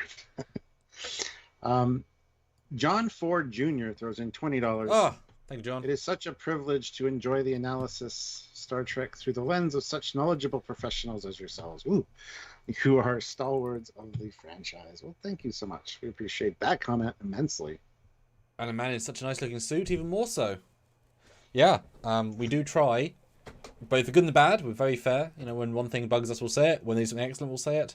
And we have like 9 videos for this episode coming out. And live, so, you know, if you want dedicated breakdowns, as you know, John, here's a place to go. Because we're the only place that's going to do that. No one else is going to do a separate video about the hybrid phase. Sorry, the hybrid TOS assault phaser. No one else is going to do a video about the Dreadnought being canon. Just saying. So, that's why we're here. Mm-hmm. SPS Gear 2000 throws in €5. Thank you so much. In the future, they should have anti-grav stands. They would be free floating. I agree. I hate the Eagle Moss stands. Always have. I just don't touch them. I've got one here. This is what I got on my desk right now. The XL Nova. Oh wow, yeah, I haven't even seen that one before. Oh, it's an impressive. How do you mean? It's beautiful. Look at the wave rider. Yeah. Yeah. Anyway, the fat ships don't get any love apparently. Which is obviously a joke to them being old and fat. Oh. Yeah, I think that's a more of a meta reference that a lot of fans do not like the Enterprise D ages ago, which I find funny. It was a good. I get it. Now, what do you think of then the first scene of them meeting up, how it played, etc.? It was all right. It's kind of depressing with the whole. I'm glad you took time out of your family time to talk to me. It's like, oh well, Kestra and Deanna would be very happy to be rid of me. It's like, oh okay, that's sad. All right. Wasn't quite what I expected. It looked just sad and depressing. They're getting insulted for being old and fat, even their ship. It's just weird. But I get it. They're trying to push the old thing. I mean, I didn't think old and fat was a reference to them at all. So I don't know if I disagree with you on that, but I thought it was a lovely a duo. If it's been 3 years since season 2, then it's been 4 years since they met up in season 1. To it, they didn't see each other for a while, and they're coming back together like old brothers. There's no awkwardness. There's no whatever. They're on super clear speaking terms. The fact that the explicit "don't tell Starfleet" or Riker's Starfleet shows that. Oh, of course, Riker. I think it's very, very open. And Frakes is fantastic. He lost a bit of weight since he was randomly asked to shoot something for season 1. I think he's the best he's looked for a very long time. Great. Patrick's voice is hard to hear in this scene, but hey ho. And yeah, just I thought it was a great vibe. Like I said, like brothers. Oh, and yeah, the Kestra thing's sad, but that'll be a really interesting plot point when we get there with Riker. We know that Troy's going to be at later. We know she's playing dark stuff again, so that'll probably linked. Yeah, I'm very interested to see how that plays. Yeah. Simon Uphill, though, €5. Thanks so much. The Frontier Day poster in the background has the Disco Prize. Has a Disco Prize silhouette? Question mark? No, not Disco Prize. Just a refit Enterprise. Yeah, it has a refit Enterprise D, Voyager, NX, and Excelsior. A Metallica fan 1442 throws in £5. Thank you very much. So what's the story with those 2-part nacelles? Is the smaller rear part some kind of warp sustainer? No, it's just 2 sets of coils in each hull. Riker born 2335. What year is this? We believe it's 2404. So it's pretty old, but in Trek, not really. Yeah. Show me your inspection face. Throws in $1.50 with some popcorn. Thank you so much, Joe. We appreciate that. Yes. Good to see you back. It's been a while. Keep coming back. You have good comments. Bradley Thomas, $5. Do any of these new ships feature saucer separations or multi-vector attack modes? Possibly. We just don't. I think you'd know if it was a multi-vector ship. I think that would come across. Source separation, I know that Doug installed in the Stargazer its bridge module comes apart to save the bridge, but that's a different thing. Guys, wow, keep voting the poll. Let's get 220 votes. That is a heavy result set. I am actually kind of shocked. So, 7 more votes in the poll and I'll do a new poll. Have your voice heard? Very interesting. That's fine, Dustin. Yeah. And yes, Tuscan, we can get into that as well later if we see that poster. But yeah, they have a great conversation. Basically, it reiterates the plot. Go save Crusher. I can't risk you, Riker. Since when? But it's great. And like season 1, Picard said, "No, I can't. I'm gonna leave." And I was like, "Yeah, okay." Like good. It's how, the chemistry is so effortless. It's written very well. They play it really well. I like the pad as well. That's nice. Yeah. Alder Feck throws in $10. Ah, thanks so much. Happiness is Trekyards. Oh. Aww. And you haven't even seen the many, many videos coming out this week. Because Ooh, we have there's so much great stuff coming out. Yes. Yeah. I mean, we went in depth. I mean, I spent, like I said on Twitter, 13 hours yesterday working on Picard. 13 hours. And the 14th hour I was eating food. So it was a big, big day. But it's trying to be. Now, no, this is his same booth where they're talking as later, which we assume might have been the start. So now there's two separate. He finishes his mission. You gotta remember that he gets pulled by Starfleet intelligence while he's eating pasta or lasagna, whatever it was. So, like, that's worth noting. This is part one of a story. And to it, who is this man, Stuart, who gives Riker the dodgy side eye? Not sure, but he has a keychain of the Enterprise D that I also have upstairs. Oh, right. That he drops in his champagne. So he's coming for them. At least he bought the D, you know. Yeah. That was another good sting, because we had a lot of these in season 1 of Picard where something signified, there's going to be more to this. Yeah. This I trust as being something more to this. Joshua Dworkin, hey. $10. I know we haven't quite gotten there yet, but do you think Shaw is at 359 vet? End credits have a USS Constance that was listed destroyed on stardate 44002.3, which is the date of voltage on that. I wouldn't be a bit surprised. He's kind of got that edge in his voice when it comes to the Borg, so yeah. So that ship and that date were listed in the credits both together? Or was that from Memory Alpha separately? Mark Lawrence. Lawrence. No, I agree. I said to you in another review, like, he's clearly, like, he has a personal, like, it's not like you're allowed to be against the Borg because they massacred billions in this universe. That's why you don't want your first officer who's 7 of 9 to go by 7 of 9. Yeah, and it's you don't distrust her. You just want her to Commander Hansen. That's what you want. Especially as he knows the Borg assimilated friends who lost her identity. He wants her to celebrate who she was before the Borg, before the Borg ruined her. So, it's I get it. Like, you're allowed to hate Nazis, right? It's okay to hate Nazis. It's okay to dislike the Borg. It's about people. It's not okay to hate ex-Borg, but the Borg as a concept are okay to hate or dislike. They're victims if they're ex-Borg. Yes.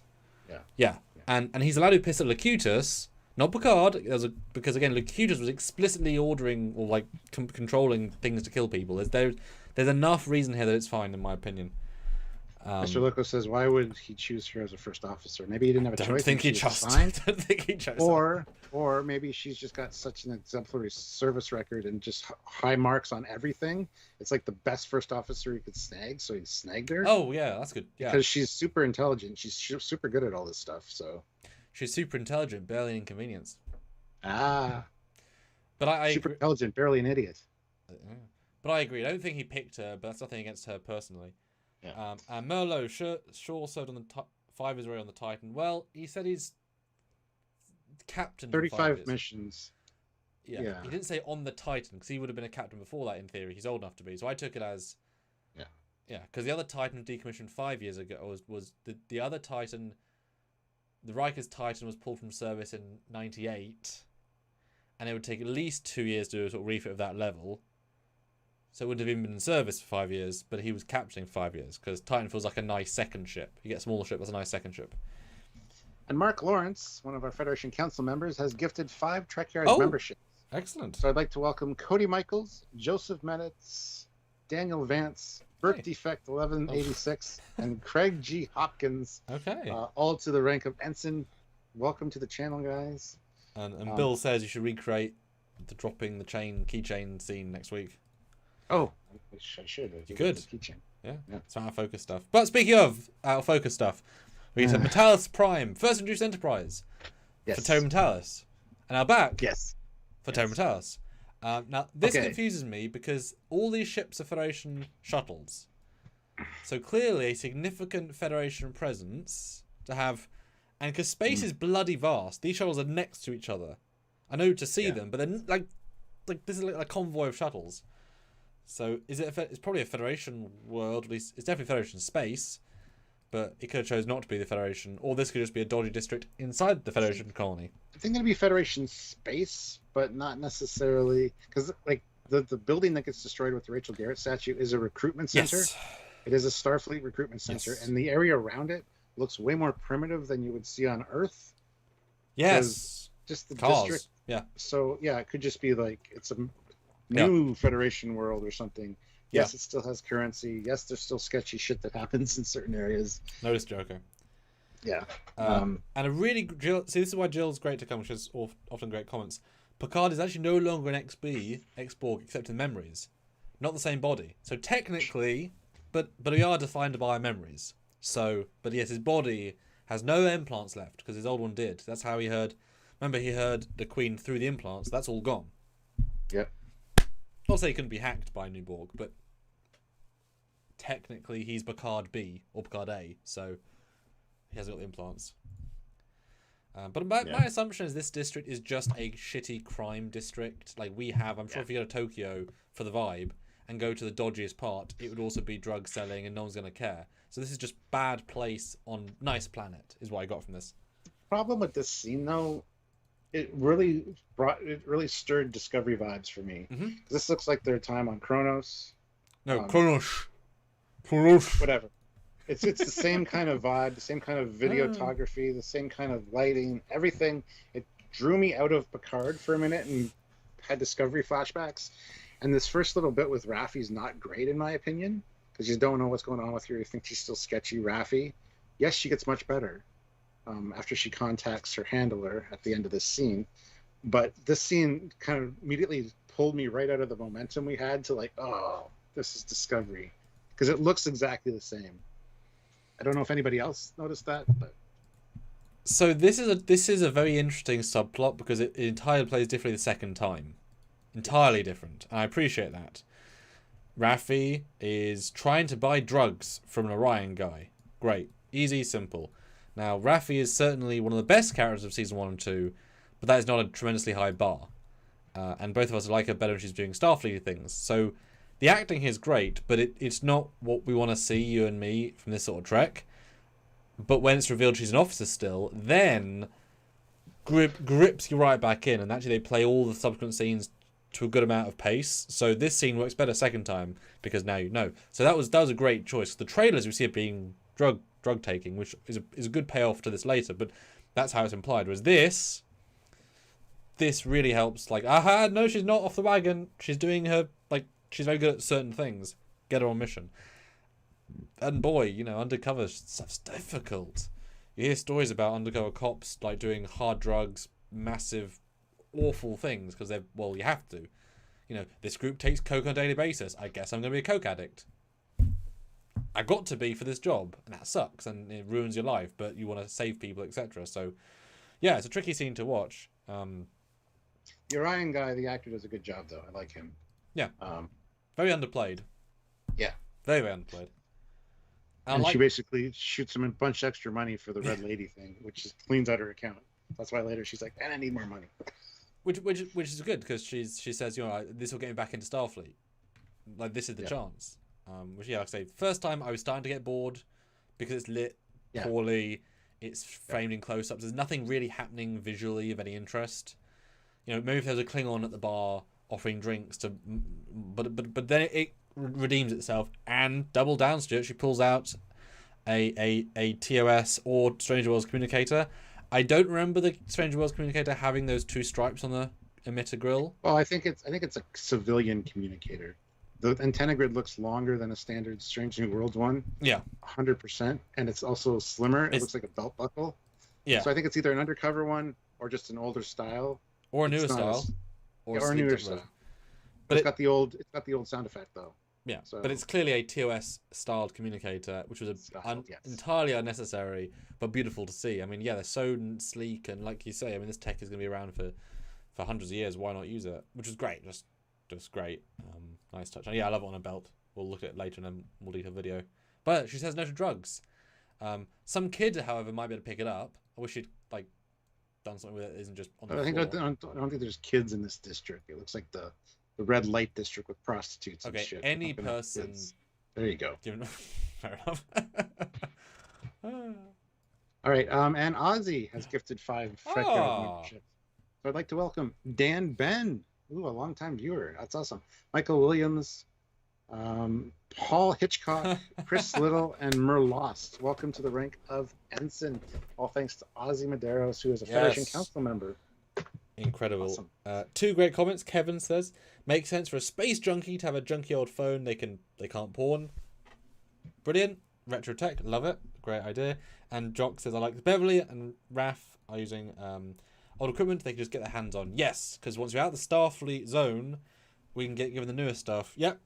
Brilliant. Great. Love it. Good stuff. Space Dock. And Travel Pod.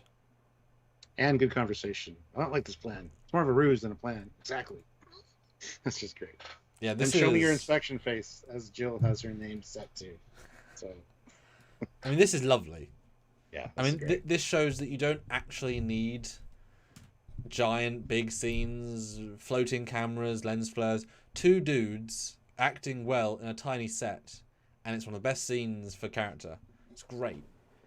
It's great. And because they just put a screen next to the window of the shuttle, it's just real reflection. Like, it's not even a CG scene. It's great.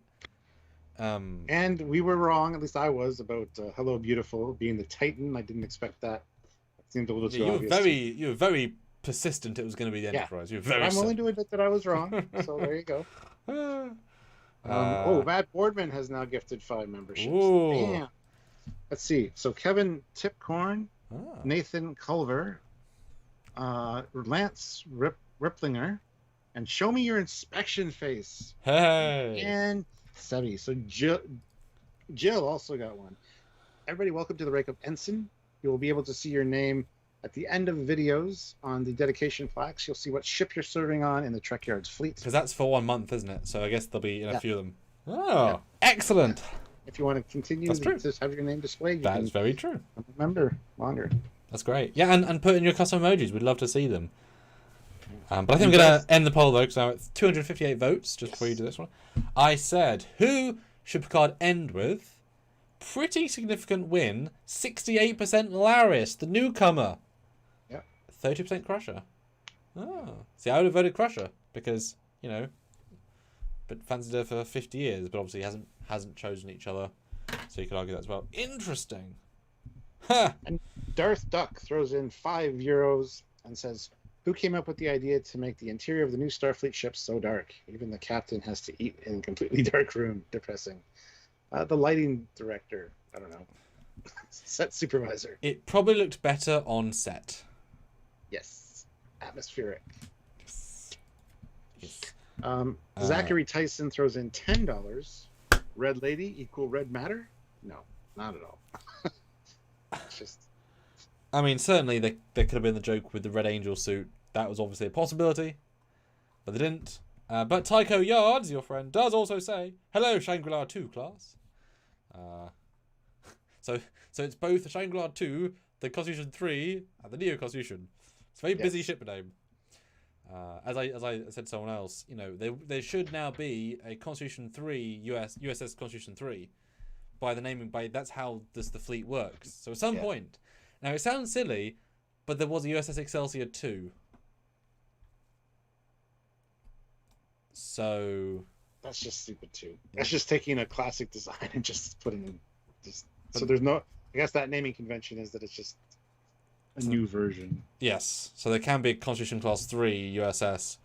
There has to be, again, naming convention. But yes, we see the music is straight out of the movies. Space Dock is freaking identical. I mean, my brain, it's great. Why would you change it? You know what I mean? And it's a truly lovely flyby, slow, gentle, graceful, colourful, dark still, but this will make sense inside an enclosed area. And boy, the ship's ready to go. Besides in warp coils, it is raring. Yeah, it's got to look the best. It's the first time to see it. Yeah. Bodie McBoatface, or Billy P, throws in $10. Says, one of my favorite things about the Titan A is the self-illumination lights, something I think is missing from TNG era ships and later. I know they have some, but it's not like they refit Enterprise. Exactly. I agree with that 100%. Self-illumination always looks great. Yeah. Yeah, no, both and neither. I love both lighting styles. I loved Enterprise D, nice and clean. it's also fun to light ships very little, so the interactive things pop. Yeah, that definitely helps the design for sure. It creates a lot of nice. Yes. Now, as the travel pod moves around, though, it looks like there is a ship very similar to a California See, class. that's what I was noticing. Very similar Yeah. arrangement. Like even the impulse engines are sort of in the right place. Yeah. And we know what other different- ships they are using, and that's not any of the ones I recognize specifically. No, it's not one I recognize either. It's definitely got different nacelles than the Cerritos specifically, but Yeah, but it's this decades is later. years later as well. But they're underslung. The facades are there. The impulses are where they should be. The struts have lights in. That's fine. And the other one that we see looks very similar to another one of Bill Cross's designs, and he's here. So Trekyards, is that your Repulse design? No, I believe that's the Reliant variant from Stowe again. Is it? Okay. Yeah, most of these ones are. S2 Huck throws in £5. Thank you. Thoughts on the length of the Titan A? I heard it's 560 meters, but looking at the Yep. windows, how can I be nearly as long as Gasclef? Window scaling is a fun thing, yeah. We do have the designer here in the chat right now, and he has confirmed last night that it was 560.5 meters long. So I don't know what to tell you. So I did talk to Tome Tass about this. He was very keen to throw out the window because he knew we were going to talk about it. Okay. So yes, it's big, and we'll do some shots of the ship. I'm sure with our model at some point, which obviously has our version of the windows, and they'll be perfect, but they're going to be roughly the right scale. His explanation was they just have big windows. Okay. That's it. They're just porthole windows, just bigger. explanation. Yeah. That's stupid. Because I did scale it with my refit, and they are significantly larger, obviously, than the refit windows to match that scaling. They're just big windows. That's all. Okay, I'll buy that for $3. Although we see in Shaw's room, they're normal size windows, which those style don't appear on the hull or the exterior, I don't believe, because they're like this way. Maybe the around. secondary hull they would, but But also, why would the captain? Well, the captain wouldn't be on the secondary hull. exactly. No, he'd be behind the bridge on the BC deck or something somewhere in there. I don't know. Anyway. Oh, ER we talked about previously. Not. Yeah.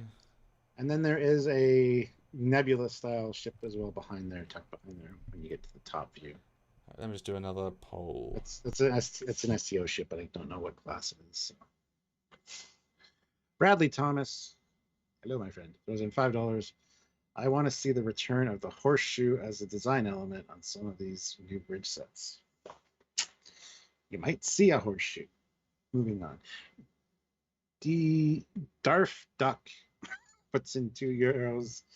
Green and red nav lights are back. Nice detail. Yes, beautiful detail. I mean, they've still been here, just not very much. But yeah, I mean, all these things help a lot. Sutherland class. Thank you. That's what it is. My only complaint is that there's a lens flare on the deflector. It's not innately an issue because that's the one place that could be with enough power, but it's not quite bright enough. And that is a relatively minor. It's just kind of a distraction. But again, that's not a problem so much as And Chris Little throws in 10 pounds. Thank you very Gotta much. head off shortly, and I know you're not there yet, but wanted to ask if you'd spotted the dates in the end credits. 2374, 2348, 2352, 2133, 2345, 2274, and 2578, and what they might refer to. Well, we're probably doing a video specifically about those end credit things, so we will get to those. I haven't really thought about it. This could be ship commission dates, would be the most likely thing. But it's hard to say. And yeah, Jill, the nebulas in Strange Worlds are insane. That they do really, really well. But I mean more the ships than the space is actually easier than ships, because a nebula you want to look pretty, whereas spaceships you have the director's input of make it more dark, make it more contrasty. There's a lot more. I don't want to look like Star Trek. It's like, oh, okay. Yeah. So all that stuff. And Thirst Contact throws in $5. Thank you so much. I think the self-illumination should disengage when the ship goes to red alert, or maybe even when they go to yellow alert. That'd be kind of neat, but not necessary. It's the same logic that Andrew Probert had, in a sense, saying that when the ship is not going to go to warp, the warp coils should be off. Logically, I see it. I understand why. But as soon as you remove those elements, the ships look way more dull, massively more dull. So it just removes a lot of that fact. I have several things with the ships in dry dock, and they just look plain because it's all just grey. It's planned grey.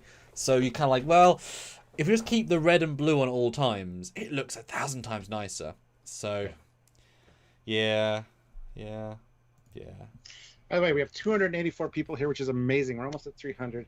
Our likes are at 261. Can we hit 300 likes? If 40 people haven't hit that like button, if you're one of them, hit that like button. Consider joining the channel. We've got gifted quite a few memberships now, so you get to see what that includes, what that entails. But if you haven't been gifted one, which is just random, by the way, the person that gifts them doesn't get to choose who it is. It's just YouTube picks. But consider hitting that join button and looking at the membership tiers. We've completely overhauled and updated our membership tiers. You get a lot more for your sponsorship, and you know, get to see your name on every video as well, which is awesome. And yeah, please consider joining and subscribing and making sure you click the notification bell icon, because we do a lot of breakdown videos and fun stuff, and we got a lot of new Trek coming, so you don't want to miss out. Yep, a lot of things. But then we get Captain. He's a bit of a prickly fellow. You might not like him, but the second in command you do know. Cue Klaxon, cue Discovery Shuttle Bay. Yes, I know. I was looking at the floor to see if it was the Discovery logo as well, but you can't tell. Did they upgrade it? I mean, I'm not going to take that as a canon shuttle bay, but clearly they're not going to show a shot of actually leaving the shuttle bay for real.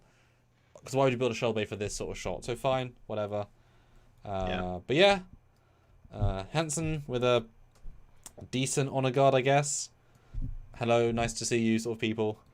And I mean, you don't realise, this is the first time that Riker's meeting Seven. They never did crossover movies, so it's like, oh, hello, Riker and Seven. Hello there, as it were. Yeah. Show me your inspection face says I have a nice green name now. Yay! And you'll also be assigned. You should probably ship in our fleet. Hold on, Stuart, you broke up. Say it again. Don't want to have a name. Sorry, Stuart, you broke up. Say that again. Well, she needs to know. From where? What was the last thing you heard? You should probably change your name to like Jill 47 or something you want to have on a dedication plaque.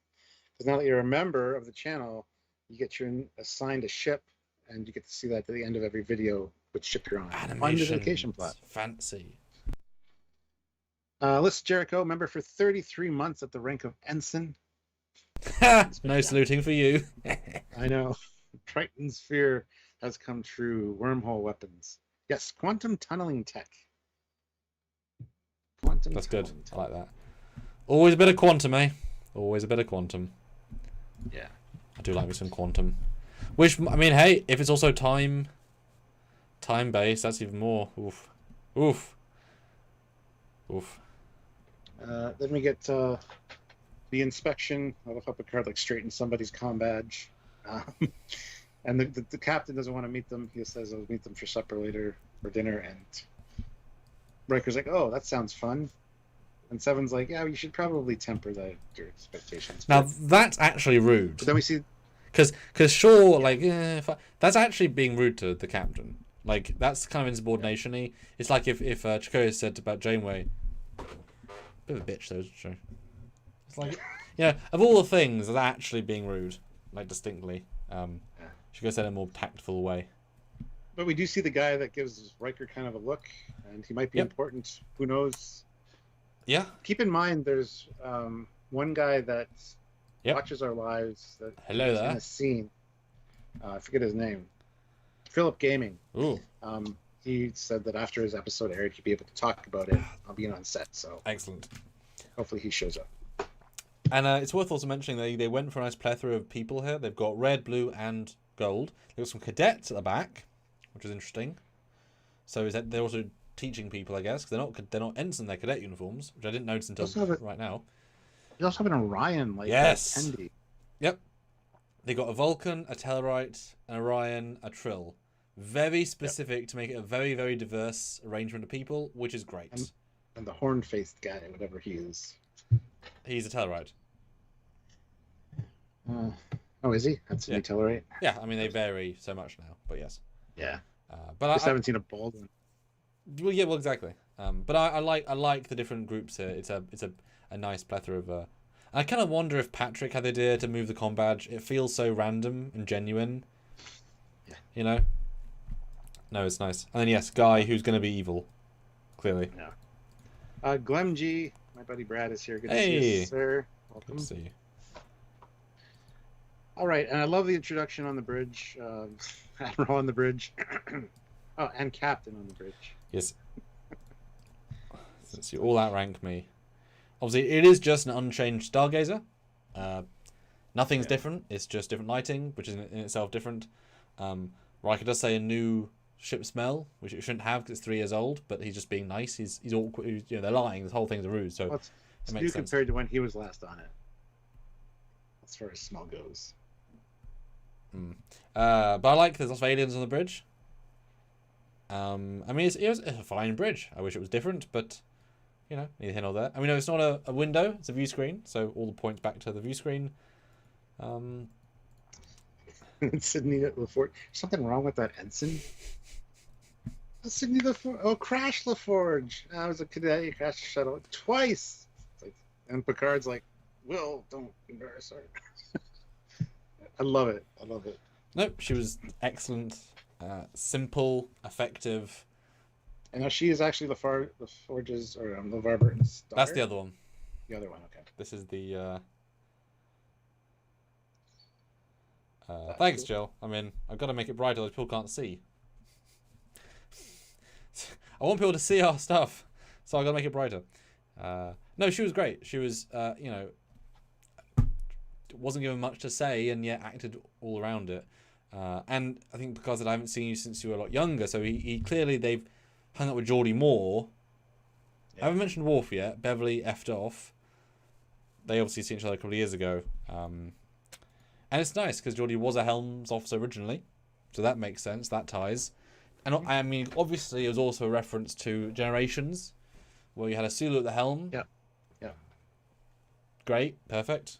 Demora and Sydney. Is that what it says? Sydney, yeah. Yeah, Sydney. Yeah, it's great.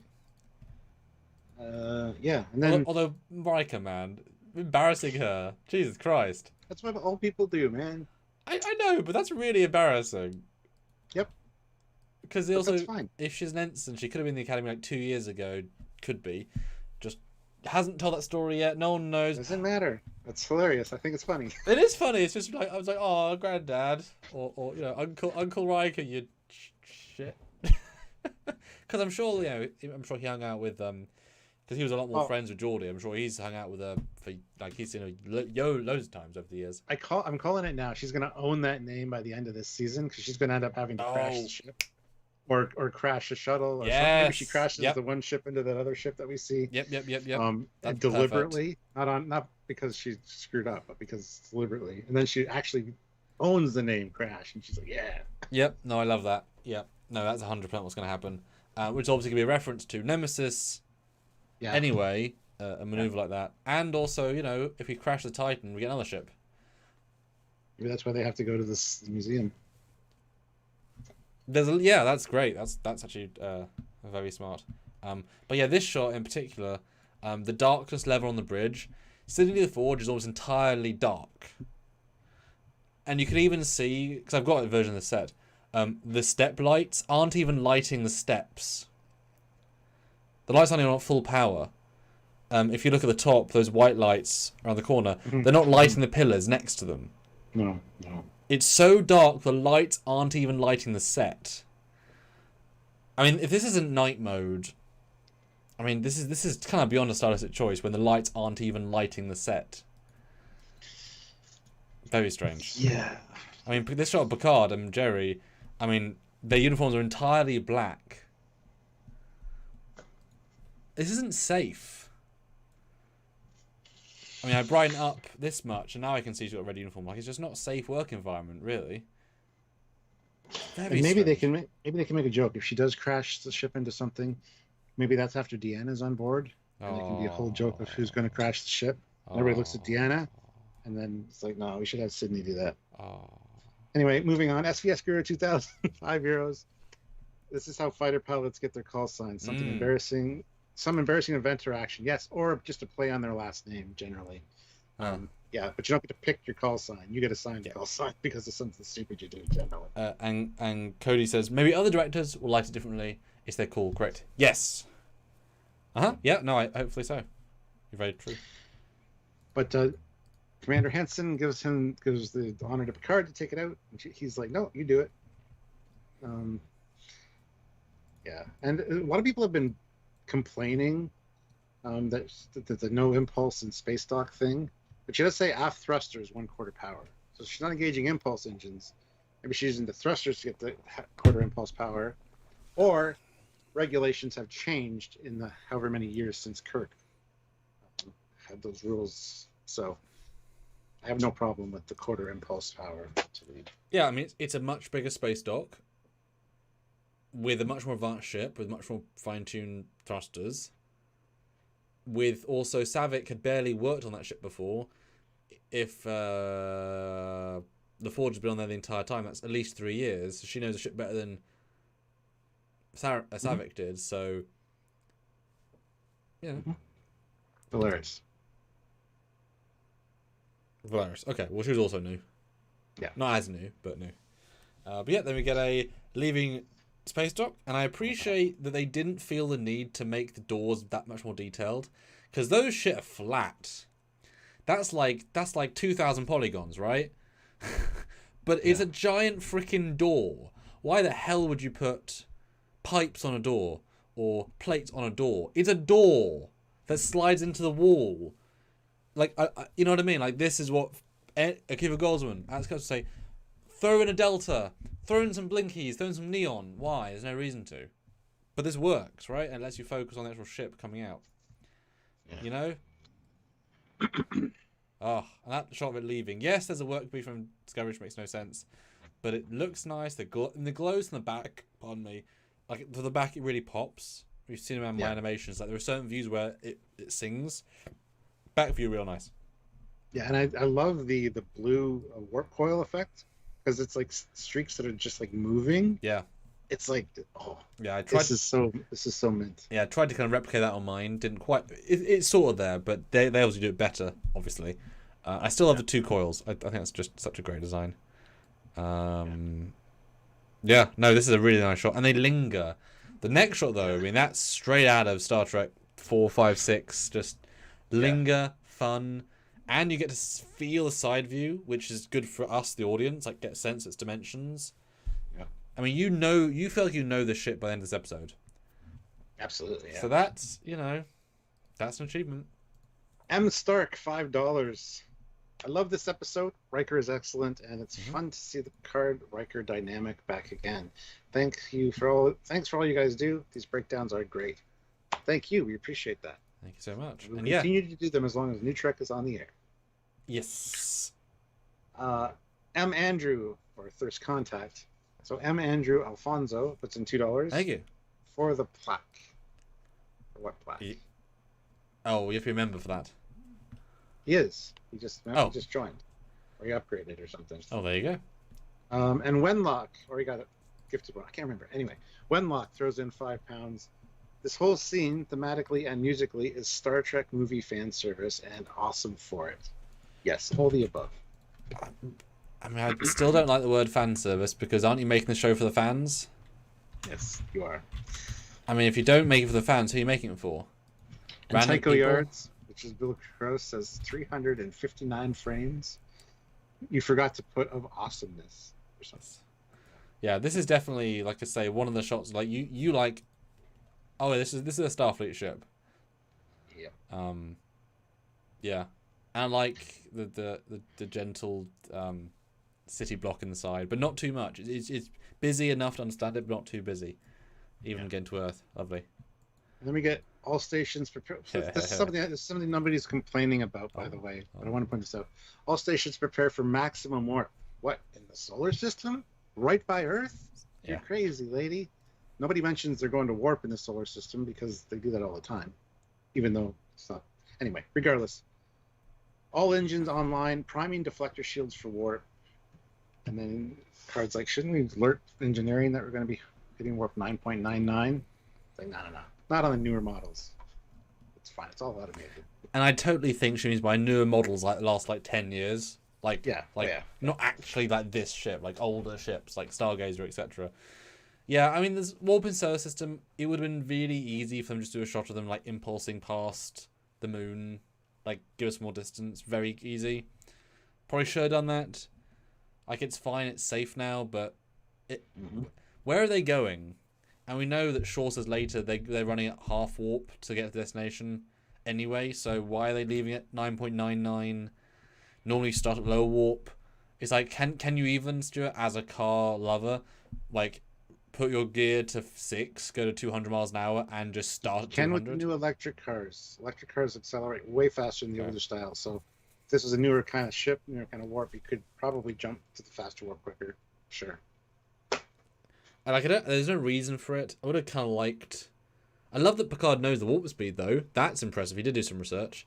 I would like if Riker had said, you know, something like, why so fast? Just showing you what she can do. One more quip would have been good here. But yeah, Picard's thing's great. And as I said in another review, in Season 1, this scene would have been played as, you old man Picard, you're so old. Why are you so old? Here it plays off like, oh, newer ones? Oh, fair enough. Huh. Yes, good for you. Yeah, it's charming. He's a quaint old man versus the sad old man. Similar dialogue played entirely differently. And I commend them for this little moment. It's unnecessary, but also good. Yeah, the whole shut it will was funny. Yeah, good, great. Yeah. Oh, and then, yeah, this is where they say metaphasic shields at the ready. Yes. Sensors optimal. Yep. Right, Batman. Yes. Change warp zones. Let's see. We have 305 people here. Amazing. We're over 300. Awesome. Amazing. 7 likes away from 300 likes, though. Ooh. So if you're just joining us and you haven't hit that like button, please hit the like button. Consider super chatting. Consider joining the channel. All the things. We want more Trekyards community. We want to build the community. So please consider hitting that join button and looking at your options. Or just make sure you're subscribed if you're new here. It's all good. It all helps out. So. Yeah, and guys, we're doing lives regularly on this. We are the only channel to do these sort of deep dive breakdowns, constructed with great LCARs, great costume, lots of screen caps. Thank you, Stuart, for doing such a detailed set of screen caps. We're not just doing little bits, you know, good quality audio, good quality video, etc. And throughout the week, we're going to look at small topics, like single topics, like who, you know, the Crusher Sun reveal, the ships, etc. Really nice detailed stuff. And tune in for all of our edited content. We've already released the edited review and spoiler free if you want to go check those out. They're actually different than this review because this is after we've already watched it several times and had all our other episodes to kind of mull it over. So we have all of our thoughts here, but those are very much our first reactions, sort of raw, the thing that sort of survives, like is more afterwards. And then lots of sub videos in all topics. If you like ships, tech, characters, all going to be covered this week, and there's some really good stuff. So tune in. I think if you can comment, because it helps the algorithm, because we want this stuff to be seen. We don't make it just to be in a vacuum. There to be seen, be noticed, and you know, write down questions to ask Terry when we get on the show, because he'll have answers. Him and Dave will have answers for sure. You can count on that. Oliver Lavery Farag, member for 8 months at the rank of lieutenant. Amazing. Loved Stashwick's performance in this scene. He brought a lot of detail to a character that could otherwise have been a bit cartoony. Yeah, this introduction to Shaw, I really like it. I kind of like the guy. Yes, he's kind of a dick, but I kind of like him at the same time. You like those sorts of characters, Stuart. I do. It's like right Orca, up your alley. Like season 1 Stamets. I like these guys. Oh, so are you calling it now officially, Stuart? He's a Mirror Universe captain. No, that's just stupid. I mean, he's just a good captain who likes the rules. It's fine. It is a bit odd that liking the rules so much is so frowned upon. I know, right? Because that's a huge part Jellicoe of dislike. Actually, probably a really good captain. Yeah. He just comes across as a bit of a dick when you first meet him, because he wants things done the way they're supposed to be done. And it's funny because one of my friends' brothers, who I know, is very cold to me, like somewhat cold. And everyone's like, "Oh, they're great when you get to know them, or when they get to know you." And I'm like, "Well, how long does that take?" And like, "Well, it's up to them." And I'm like, I don't see them very often. So I always get sort of the first meeting reaction versus they're great to everyone else. It's like, well, because, you know, not everyone is that friendly out the gate, you know. SPS Guru 2000 throws in €5. Thank you. Season 1 card. Maybe I could take us out. Maybe I could take us out for old time's sake. 7. Shut the F up, Picard. The sheer fucking hubris. And Matthew. Not wrong. M. Andrew Alfonso for Thirst Contact throws in $5. There you. If they are like electric cars, new Starfleet ships would accelerate to warp 6 or 7 quicker than an Intrepid class, but top out at warp 8. Oh, that's true, but this is future tech. They can go faster, so it's fine. Yeah.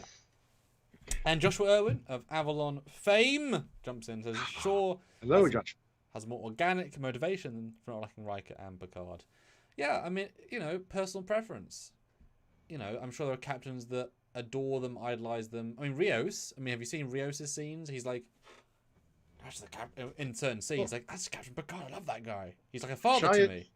Shaw even says, "I love you guys. I really do." I know it's sarcastic. Well, it was, but I don't think it was sarcastic. That's the thing. There's a nuance there. Like, yeah, I love you guys. You're the legends, but you kind of did some irresponsible shit. So yeah, because I took that moment in particular as of course you guys are great. I respect you. I respected you since I was 20. Yeah. But my house. Yep. And this is, I would love you to reiterate what you said earlier about, as in earlier on in the video, about if this was reversed, if this was Enterprise D crew, because that's such a good point. I think people think about. Look at it like season 3 of TNG or season 4, let's say. And this admiral, this old janky admiral, and this captain, also an old guy, come on board the Enterprise, and they're like, "We want you to change course." And Picard's like, "No, I don't think so. I've got my orders. I'm going to stick by my orders." Something Picard would definitely do. And then these bastards steal a shuttle.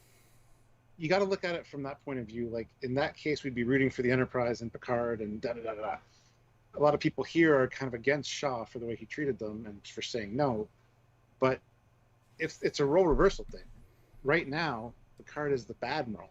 You don't know his motivation. If this was the Titan show, the series, we're in season 3 of the Titan show, you'd be like, who are these guys? No. So yeah, let's just look at the perspective, right? And some great comments. Thanks, Joshua. Says, look great in my uniform. Thank you. New York and Vegas says, Picard loved the rules too. It's the Kirk-fying of Picard in the films that change it in the fan's mind. Yes, but as you grow, like, he's now coming from the, I'm an old man, screw the rules, like, I need to achieve my goal. And, it's not just that he's asking for this favour, in essence. He was told today that one of those legendary captains and another legendary captain want to, like, not approve, like, they maybe even had to say, don't ask Starfleet if this is real. Don't check. Like, they probably told them when they're en route. Like, we're surprise inspection, we'll be there in 20 minutes. It's that sort of thing where, imagine if someone, health inspector came to your Starfleet, to your hotel, whatever. You'd be pissed at them just for the, I need to get everything ready. And he's being respectful, but it's like, this is really unnecessary imposition. We don't know what his mission's meant to be, but it's obviously something pretty mundane. It's not like he's doing anything giant. So it's just like, well, and clearly his spidey sense is saying, yeah, this isn't what they're saying. This is too high profile for these guys. So he's very much on the ball for this, and he's playing it close to the chest, reserve. He doesn't know them, but also he's intimidated, clearly, because he would be intimidated. He's a legend. It could also be like, is this some kind of test from somebody looking to promote me to admiral, and they're seeing how I respond to this? Yeah. This is weird. These are 2 legends coming on my ship. Yeah.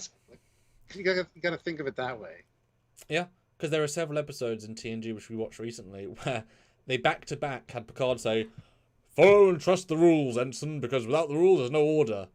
One episode later, "You need to think about the rules. Don't just follow orders blindly, Ensign." Literally about 3 episodes apart. And so, like you say, if this is a test, if some famous guy comes in and says, "Change your orders," for no real reason, will you trust them? Well, the right thing to do is say no, or give me some approval from Starfleet. Like, he's not wrong here.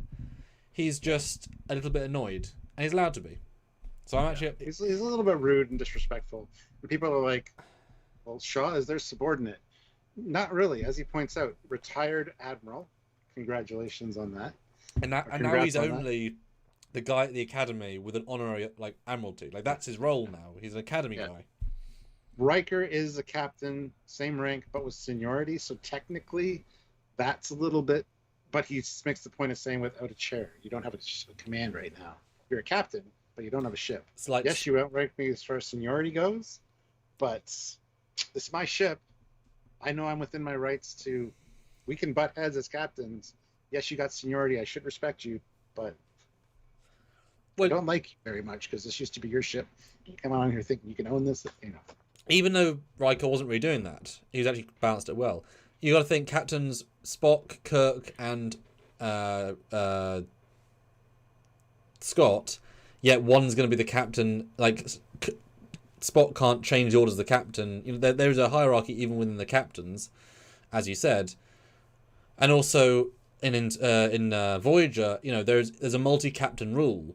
Who captains the ship obviously has control of the other captain, just by default. Yeah.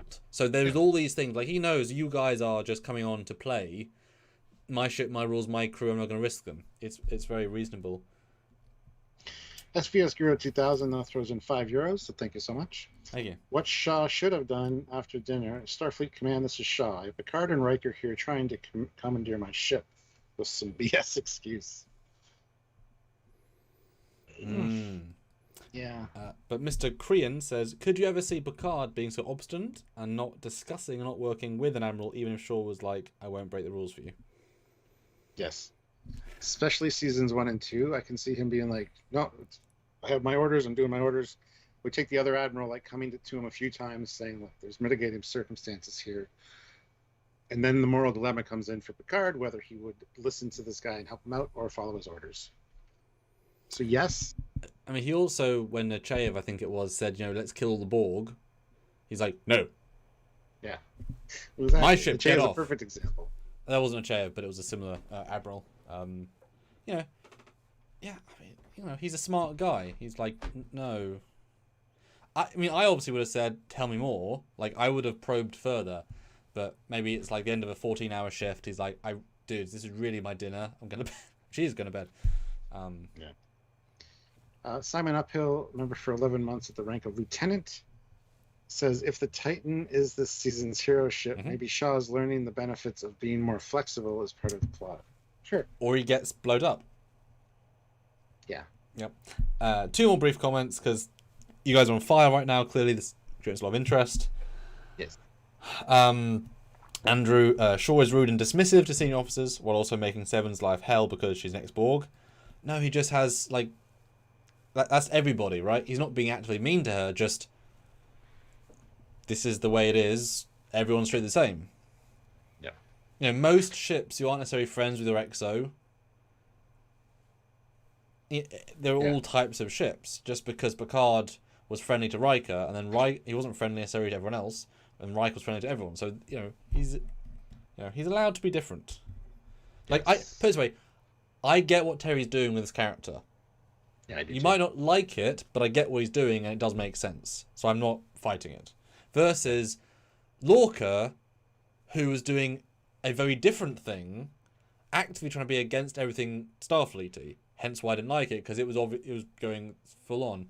And hence why Jellicoe works really well, because the end payoff is so strong to help reinforce this first bit. That helps the whole thing. So there's a reason for all these things. Michael next door throws in $15 Canadian. Thank you so much. Loved it. Loved it. But did they really need to redo Star Trek II and the leaving of space dock thing? That's been done to death. Has it? The rest was amazing. When was the last time launched from a space dock? Yeah, we haven't seen that in a long time. I mean, they needed to dry docks, yes, but they needed to rebuild that for the fans because all the new fans haven't seen this stuff yet because they haven't watched the old stuff necessarily. So it's not like Batman's parents. You don't need Batman's parents' origin. Every Batman. Anyway, moving on. And Dave says, when you see a captain like this guy, you can see why everyone wanted to be on the Enterprise D, a great crew and captain. I mean, that's also true. Not every captain is friendly. Picard wasn't friendly to his subordinates, though, just his bridge crew. But he didn't talk to him either. No one did, really. Exactly. Yeah. He didn't really talk to the rest of the crew. That was Riker's job. he was very dismissive of a lot of them. Selena Gomez was the perfect example when she like smashed into with hot chocolate. He's kind of like, ugh. But you wouldn't want to serve under Picard necessarily. I don't think seeing him in a very specific situation. He's gonna open up a bit more throughout the show. Don't throw him out the airlock just for this. Yeah. Anyway, I love his line of, are we late? No, your representation just preceded you so far into the room that I had to start early. Yeah, I mean, dick move, but really funny. Yeah, takes him off guard because Picard is ready to like him and be nice and okay, brings him wine, and for the first time in Trek history, doesn't like wine, but he does thank him. Yeah. And then goes straight into Riker, dissing Riker because he had to purge the jazz from his database. You like bourbon? And I think probably, Stuart, he probably also renamed all the Titan shuttles because he doesn't like jazz. That's a joke I've been making, since all last night. Day one, jazz magician names, rename them all. Razzle, you heard, throws in $3 and says Trekyards 2.0 has some good energy. Love it. Thank you. I mean, we're still the same. Yeah. We're just shining things up a bit, polishing it. Yeah. Good conversation overall. Picard kind of flubs it by saying Deep Space 4. That's great, yeah. Engineering thing, and 7, Hansen. Hansen. Covers for him and says, you mean Deep Space 11? It's like, oh, yeah. So it's actually, and then he's just like, no, I just don't want to do that. It's fine. He's kind of had enough. He leaves. It's a fantastic scene. I kind of wish the room was more interesting and brighter. I do too. And brighter. It's a very plain room. Like, it's fine, but it's not visually very interesting. I guess I'm not gonna spend much time in here. I also kind of I don't know why they don't ask or question what the food is. This is the menu. Eat. It looks disgusting. Well, sure. But I just okay, yeah, whatever, this is good. I'm eating it. I like there's, that's kind of cute. But yeah, I love the Deep Space 4 thing. That's great. But of course, sure, he's an old guy. It's fine. And certainly, Seven's right in there with help. It's good. It's good stuff. And he says, yeah, your loyalty to them doesn't. This ship is the one you're servicing right now. So I mean, it's very fair. I mean, Preston and Picard with Riker, the exact same conversation.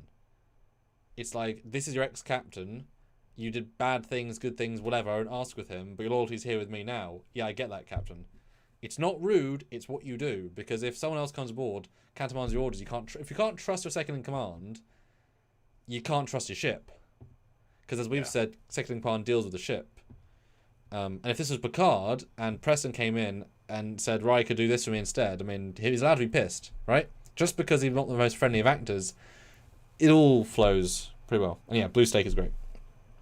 Michael next door throws in $5. Clearly that dude is the most unlikable captain I can think of. How about you? Nope. Lorca.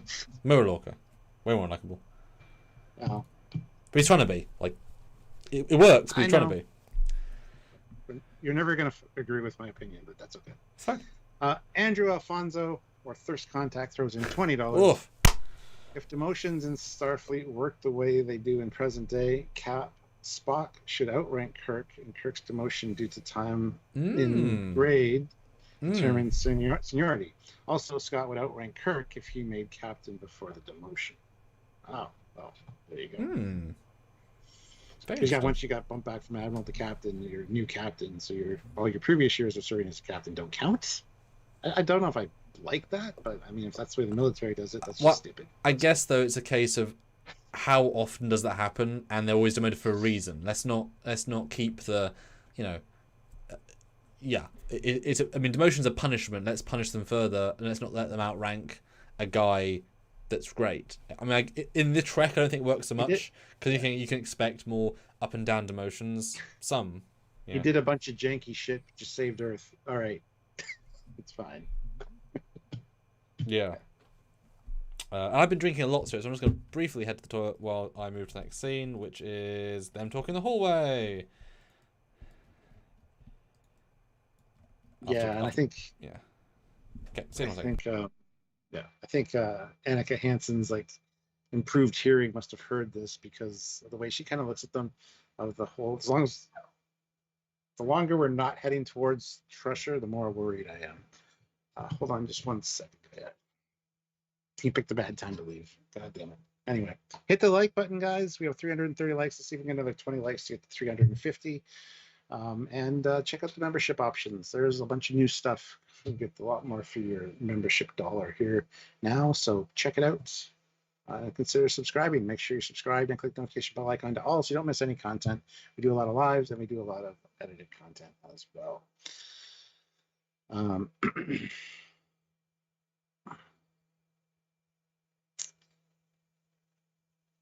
Jerry's acting here is amazing. Yes, yes, it is. Hold on a second. I can't.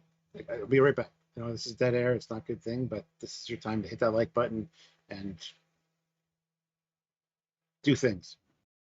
Sorry, life happens sometimes, and I got to do one thing real quick. I'll be right back. It'll be like literally 20 seconds.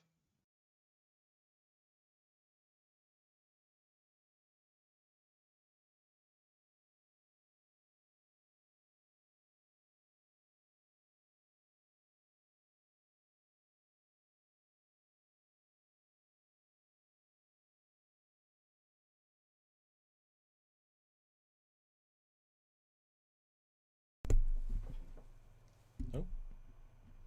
Stuart, you're muted. Oh, I am. 350. Hit that like button. So SPS Guru 2000, €5. Funny that the hallways are brighter than the bridge. Yes. Yep. And also emptier. Yeah. But also, let's just read out the poll. We're at 250 votes. Amazing. And this is just ridiculous because, of course it is. The question was, who did space effects best? The options were 4 seasons of Star Trek Discovery, 1 season of Strange New Worlds, 2 seasons of Star Trek Picard, and Picard Season 3. Now, how many episodes have we had of Star Trek Picard Season 3, Stuart? 1. And how many episodes of Discovery so far? Don't care. Like 60. Yet the results say 61% of you think the single episode of Star Trek Picard Season 3 has better space effects than 70 episodes of Discovery, 20 of Picard, 10 of Strange New Worlds. That's an indictment to those shows. Because there's been 1 episode. Jesus Christ. The second one, though, is Strange New Worlds. Very fair, 32%. With 1% being Picard Season 1 and 2, which is quite... We never get 1%. And 6% Discovery. Wow. And Jonathan, yes, I do too. But it looked nicer than Picard Seasons 1 and 2. And just, you know, it looked nice. Like, yeah. Yes. Cool, interesting. Yes, next scene is Rafi, and we got Operation Nice, Daybreak. She's talking to her handler, which is a cool scene actually. And this is, yes, I have a feeling that Worf is the handler. Now, did you think that during, or is that because people have said it after the fact? You feel gravitated? No, I thought it during my watch through of Sylvia, right before. Actually, I said, I bet you I know who her handler is. It's Worf. As soon as I said that, the one message came up: "You are a warrior."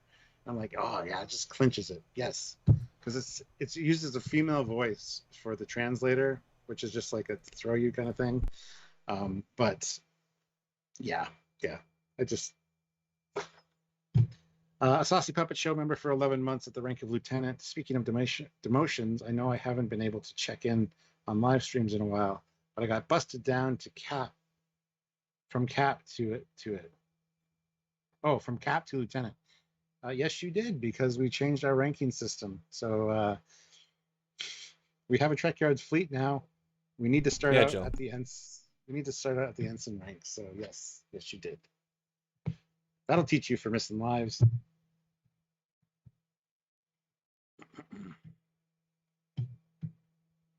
Just doing the poll. Okay. The minute I saw denied, I knew it was Worf. Yeah, see. I guess a lot of people clued into it, but I didn't hear that until like later when I did my live last night. So it's kind of obvious because they already said that Worf is working with Rafi. It said that leading up to this, so.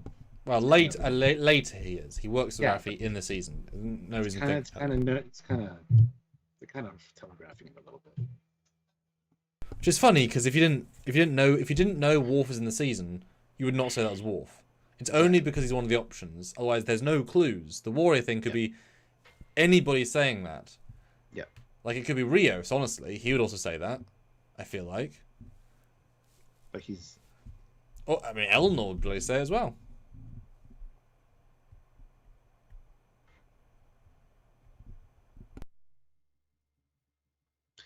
But Rios is dead, as I said.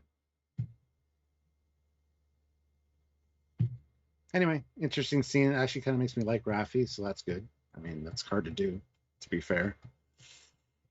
And she's like, you have no idea how hard it is to be undercover. He's like, oh, yes, I do. And shows about the substance abuse and all that on screen, which is great. Dishonorable discharge, paranoid, obsessive, and combative. 13 court-martial level offenses. Damn. But Northwest asks, I wonder if they left all the Lesser Arena sets standing. Wouldn't be surprised if they reduced the helm with the green screen for studio space. So you can tell it's not green screen the way they've shot it. It is very dark, implying that they sort of removed some of the stuff. We know through just the framework that the enemy ship is a Lesser Arena bottom deck, and I do not think Lesser Arena will survive more than 4 episodes, because I assume she'll be on Worf's ship. So they presumably film this first and then trash the sets, because it's a lady on an empty set. It's quick, easy, simple. I think filmed at the start, trash the set, so we know it becomes the other set. So, but yeah, it's still standing. You can tell. It's too organic. Could have been the LED wall, I suppose, but not for the mids. Close-up's fine, but not for the mids. See, I think this could possibly be, as I said earlier, the other character in the scenes with Worf, the other guy, and then Worf's the higher-up guy. So the handler is a lower-end person who will meet, who then says, oh, we need to bring in the supervisor. Who's that? You'll find out. Hello. Worf! Yes. Like, I get it. Just... You know, like I say, this is like a very important mission to have Worf be a supervisor. He is so outranking the situation, it's insane. Or it's like the most important mission in Starfleet, in which case you should have more than just herself. Because you shouldn't do missions alone if they're that Worf level. Because he's like top tier captain. Yeah, and they mention here the Daystrom Station, not the Daystrom Institute.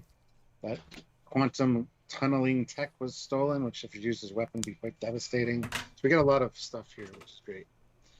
Ian Mooney, though, says, is Worf Section 31 now? Dun, dun, dun. I hope not.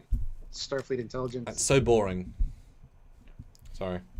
Bradley Thomas, $5. You guys should do a comparison of the characters' futures between All Good Things and Star Trek and Picard Season 3. Yeah.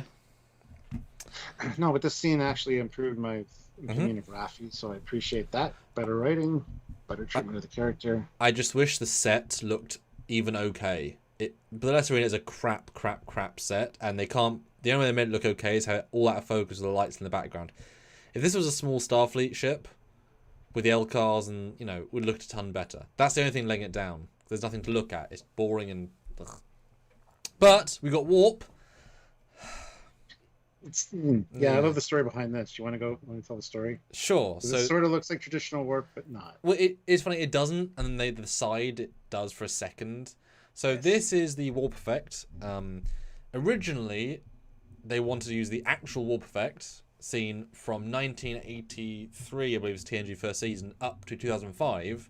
Had this debate recently. So for 26 odd years, it was the exact same warp effect. And then also Lower Decks as well. So it was also recent. In Discovery, every season they changed it. Strange Worlds, they changed it as well to be more hyperspace, varying between streaks, flashes, and just tunnel. Picard had a weird one in season 1, better one in season 2. This was meant to be warp, and the producer people above Terry, franchise producer, said no, use the Discovery one. Okay, and so the team did many revisions of how to do one that was kind of both. Because if your director and showrunner says, I want this, and the guy that owns the money says, do this, you've got to do what he says, but how close can you get it? So their answer was, it's just the Discovery one, but now you see some stars through it. They're really freaking subtle. it should have been a bit more. It's okay. It's still Stargate hyperspace. Like, it's not warp. It's closer, but it's still mostly not warp. I mean, it's fine, but it's not really warp. That's why Terry, I showed him, obviously, when I did my animation at warp. He said he watched it 10 times in a row because he's like, I'm finally seeing it at warp. That was the first time he saw it properly because that's his favorite warp too. But it's okay. It's a battle they could not win, and they did not win. So there you go. But it's nice enough. It's just still too hyperspacey. Everybody's amazed that Trek Culture's here. Trek Culture's here a lot. Hey, Plus, we've had Sean Ferrick on our channel with us in live, so yay. Well, not all friends, but I mean, like, not everyone knows each other. But yes, we're friends. Yeah. Good. It's all good. What was your favorite part of this episode? That's probably Chris. Yes. Lodex best warp. SBS Guru 2000. Yes. Prodigy best ships. Well, so you mean canon and canon? Yes. SBS Guru 2000 throws in €5. Rafi's acting when the Federation building got dropped into the city reminded me of Star Trek Generations when Data's motion chip overloaded and he spazzed out. Yeah, her acting in that scene was atrociously bad and way over the top. Yes, she was like a couple minutes late from this mission she's been doing. She blames herself. Okay. But that facial expression, like... No, question. Is she high? No. Are you sure? Yes. Okay. I don't know. Maybe she's, maybe she'd do something dodgy recently. I don't know. No, she saw her drop the thing. Yes, she was holding one of her dragon oil pens. I mean, how that was. I mean, you never know. As I'm saying, she might not be fully emotionally stable in that moment. No, I think she's sober. Not saying that I think she is, but anyway. Trade Culture's comments, Stuart. Read it out because we should read it out. We love Trekyards, yeah. Yes. I knew that already, though. Don't know why. People. Come on now. Speaking of people, though, we get yet another Star Trek movies reference, the bunk bed.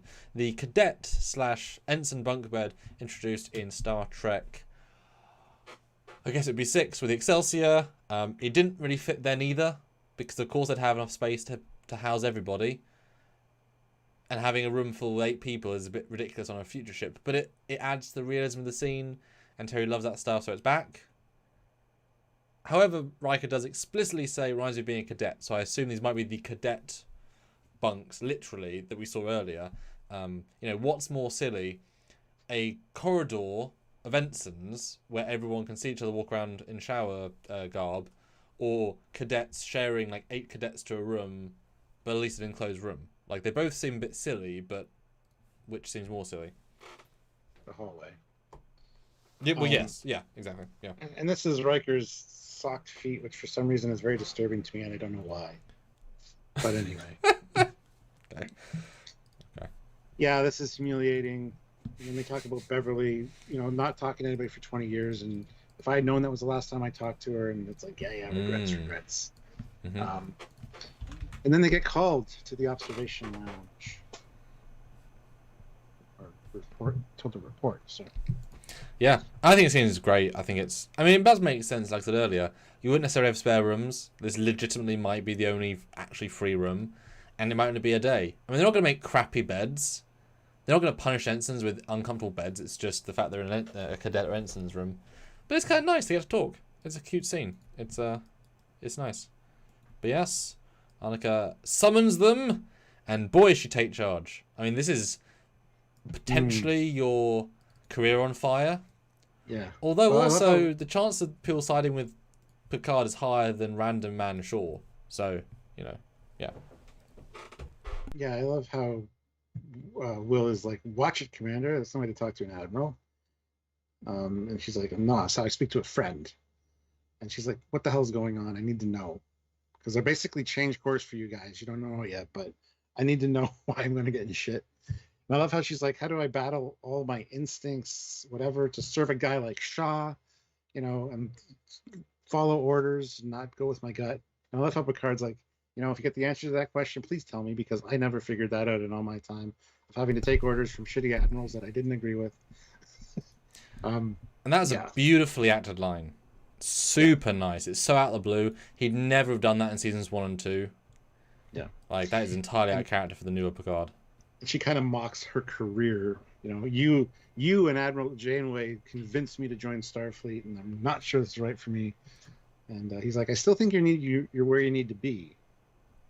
So it was a good conversation. I really thought this scene was great. I wish we would have seen more of the briefing room or the observation lounge, but no, I think it's good. And it's funny. I love close-ups as depth of field. I love them, but when the establishing shots are almost entirely black, you don't get a sense of the room. Normally you go wide, mid, close. Yeah.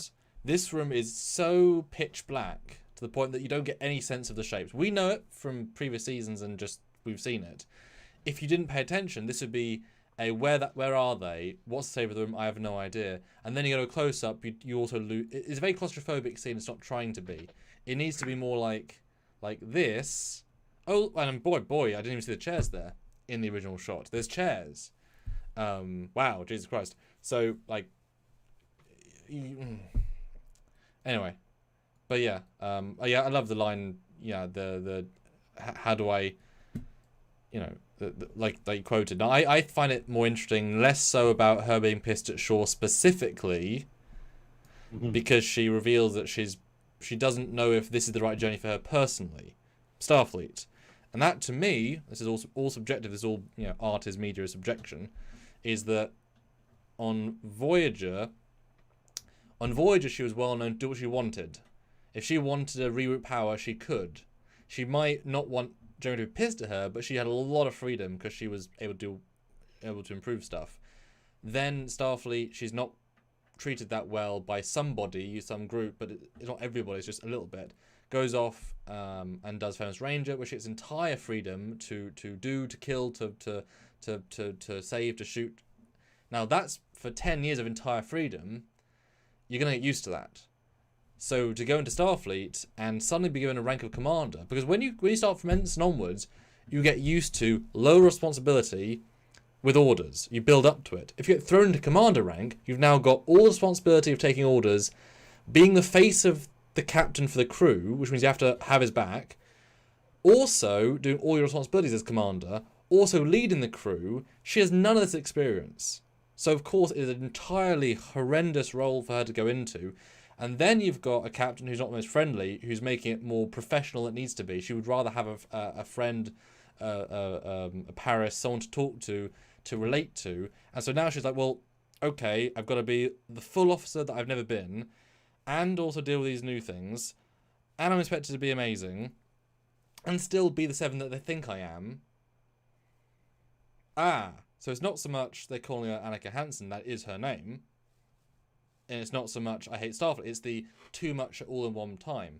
So I hope that it's a nice building into, there's a reason I'm here. And I love, she says, Picard inspired her, the idea of being a leader. She can do that. That absolutely is the potential of the character.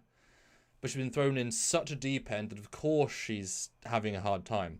So I really am excited to see her develop for the season and learn to accept the rules, the rank, the name. Because of course, just following orders is difficult.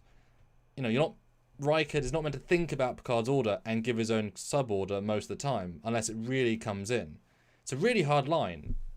It like I say, it's a really complicated scene that don't take it as the surface level of Starfleet, I should leave because I don't like orders. It's like, no, it's really deep. It's a really, I don't know, what do you think, Stuart? That's what I took from it. I agree with everything you said. It was a great analysis. Yeah. However, I'm trying to battle the people in the chat here who are freaking out that why is she Shaw's first officer? People are like, commanders or captains get to choose their first officers. Yes, they do. Like I said, she probably had the highest test scores out of anybody. You'd want somebody like that as your first officer. So even if he might not like the Borg because somebody he knew was, or he himself was in the Battle of 359, he's smart enough to realize that you have your best people working for you. You're going to be the best captain you can be.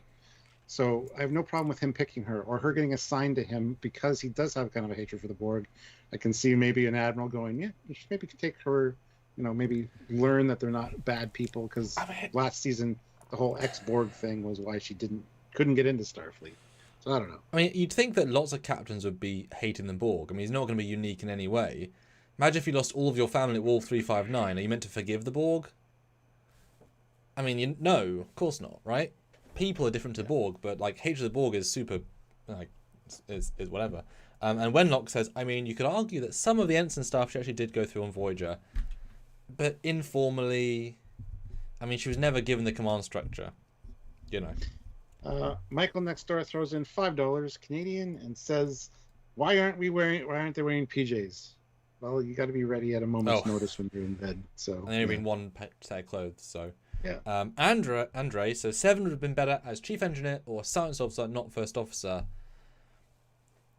I mean, science officer for sure. I know she could be great second in command. She's not there yet. Yeah. Stephen Bolt has upgraded their membership to Commander. So we're another Commander. We're just talking about Commander 7 or Yes.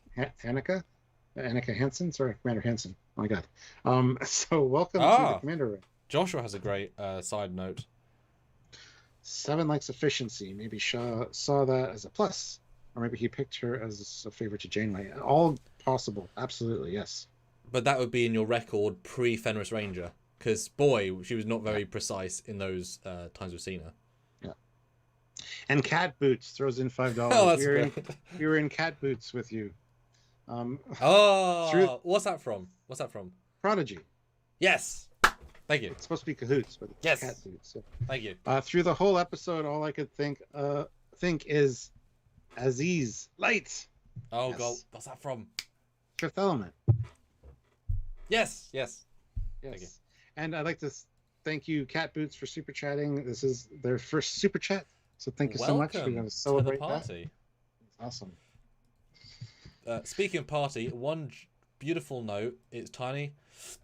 When she says, "Oh, drop it out of warp," you hear the actual noise. Yeah.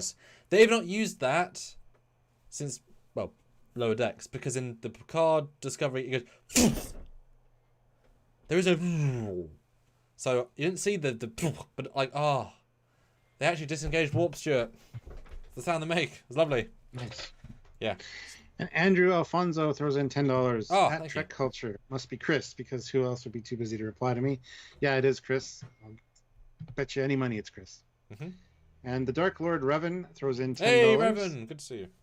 Shaw's comment at dinner on the Borg made realize that he's making her go by Hansen just to be a hole, not because formality or anything.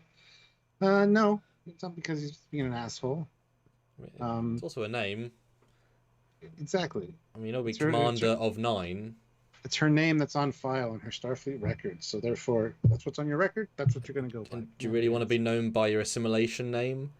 Do you really think they should have had it should have been Captain Locutus? Like, you know what I mean? It's not. No, you know. Anyway.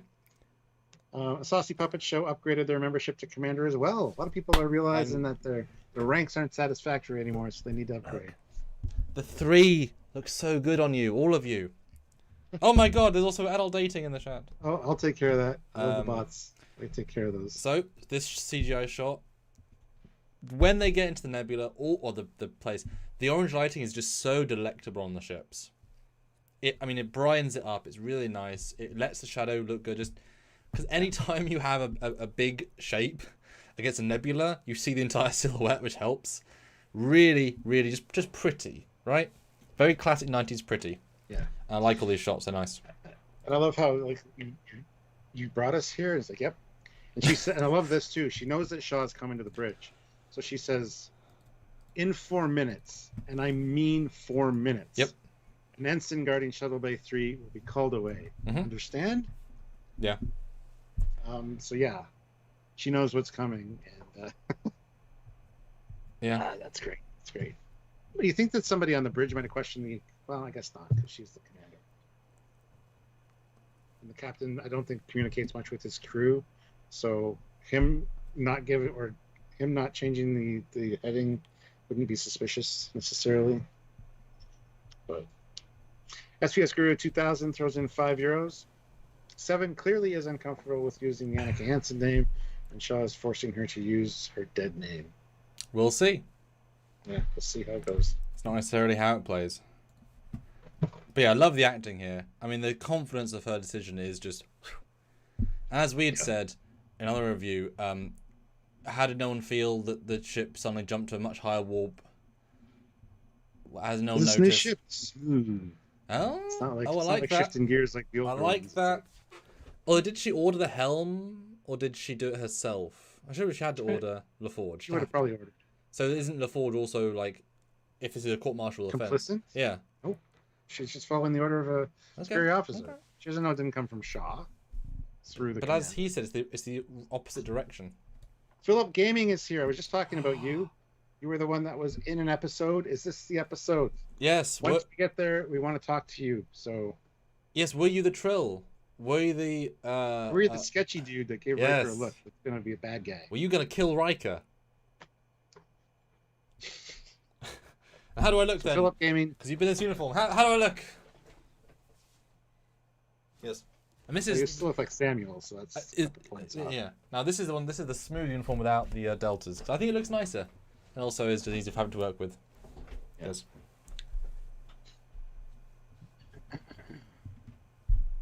Let's see. And then Shaw wakes up and he's like, "What the hell is this?" Yes. Somebody tell me what I'm looking at. I mean, they should be at warp, and that is a hell of a view considering. Yeah. I like that. But I don't know if there's windows actually anywhere on the ship, because they're very specific and very small. Although it's interesting, I think Voyager doesn't... I mean, I can only think of Voyager, because you don't get many bedrooms. I think the Voyager has no windows in the bedroom portion, so he's just have windows. Risky move, because if, you know, like this, if they suddenly drop out of warp and there's a big bright thing... Janeway has windows in her quarters. No, bedroom bit.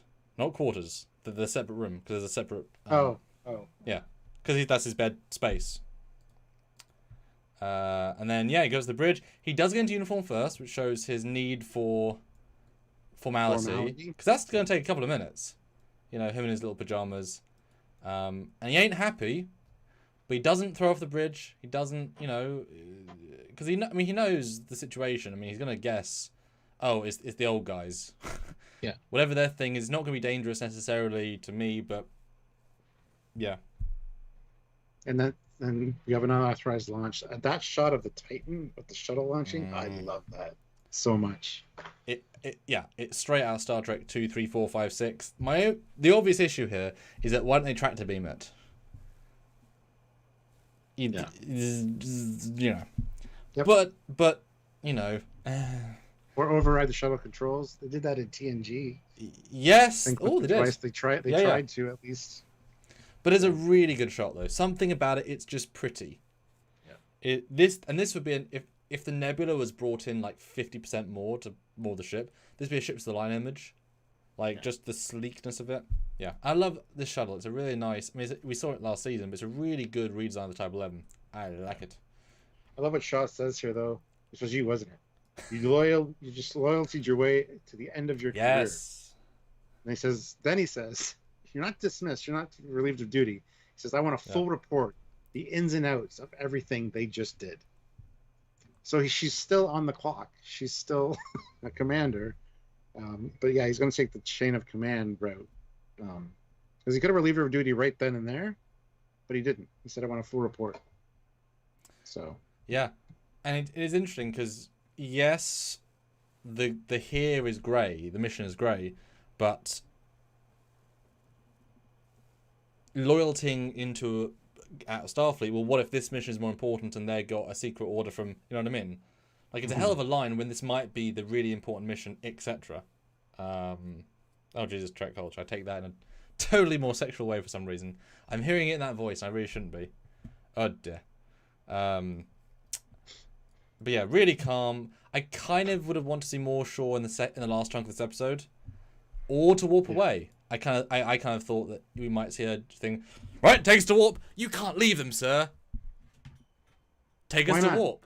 Yeah, it's a warp-capable shuttle. They're on their own. Yeah, exactly. Like, I mean, I'm sure shuttles at this point are easily warp 7 or 8. I wouldn't be, but I'm surprised he's staying. You know, let the old Todgers come back at some point. And yes, it is interesting that he didn't tear her a new one and just gave her paperwork. Yeah, he's not like, he could have been way more. You're relieved of duty. Yep. Whatever, but no, it's like, I want a full report. Yeah, I mean Riker would have been more aggressive in old TNG, but just technically, etc. Just do this is the correct procedures for this and this. Go do it. Easy. Yeah. And the Saucy Puppet Show throws in $5. If that's Shuttle Bay 3, where are Shuttle Bays 1 and 2? Or are there multiple bays that are accessed by the same door? Well, Thanks, yeah, we Brett. talked to Bill Krause, the designer, last night about that. He said it's very likely that inside the one Shuttle Bay door, there are multiple launching bays, which will be fine. So, that's kind of a weird anomaly, probably a writing mistake that they included. I mean, they probably didn't know the ship class when they wrote episode 1. Because he was writing episode 1 when they were filming season 2, and CG was obviously long before, so I assume that was just, And normally ships have more than one shuttle bay. It's pretty normal. Yeah. And 3 is very reasonable. But back to Rafi with a random Romulan ship from season 1, which is kind of adorable now in grand scheme. And she's zoning in, she's trying everything. The computer even says, basically, are you sure you want to keep asking me this question? This is the 26th time. But Rafi's good here. Every time she's in work mode, she zones well. The actress really kind of grabs the not exactly like Sherlock Holmes from the Robert Downey Jr. films, but I'm seeing like the connections in her brain firing like that. I really see through the performance. I feel like, which I like. And she's trying to. It's not a person. It's not a. What is it then? What is it then? What is this thing? It could be anything. Let's go further. It's not a person. It's not a ship. It's not a dealer. It's not a buyer. Could it be an event? What are the events coming up? And we get Gratitude Festival, Empire Union Day. That one struck. Day. Long live the Empire. What are we doing here? I'm confused. I don't know. That one is weird. Yeah. Like how she just swipes it away though. Like, that's not it. Yeah. And then we get the Red Lady, the Rachel Garrett statue dedication ceremony, which is part of Frontier Day build-up. There's a recruitment drive going on, so that's a recruitment center. I hate the color of the statue, as we talked about earlier. You and me, it should have been bronze, gold, silver, maroon red, monster maroon red. It's just a weird pink color.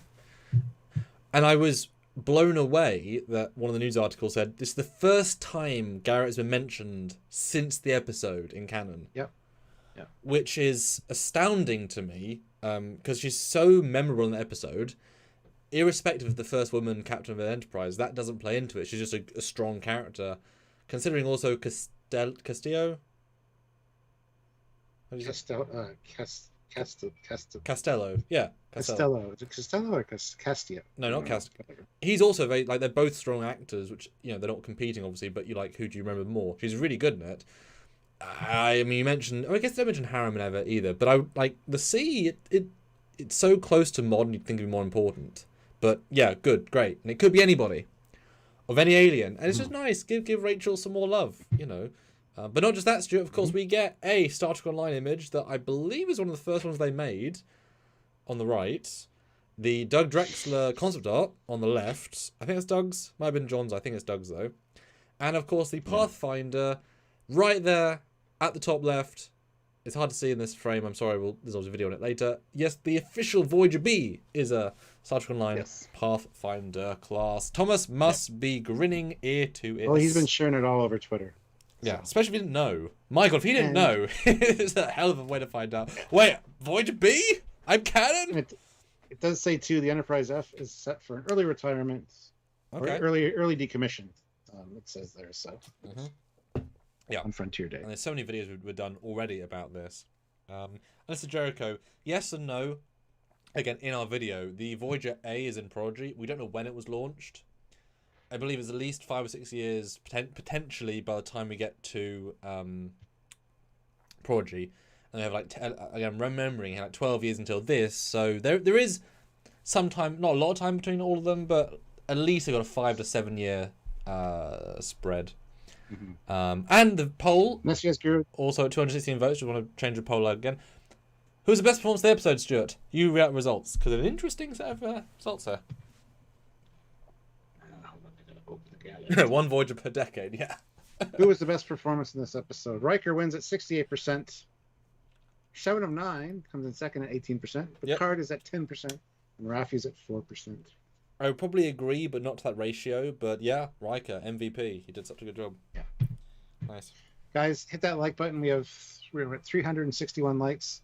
I think we can easily hit 400. If you're just joining us and haven't hit that like button, please do so now. And consider.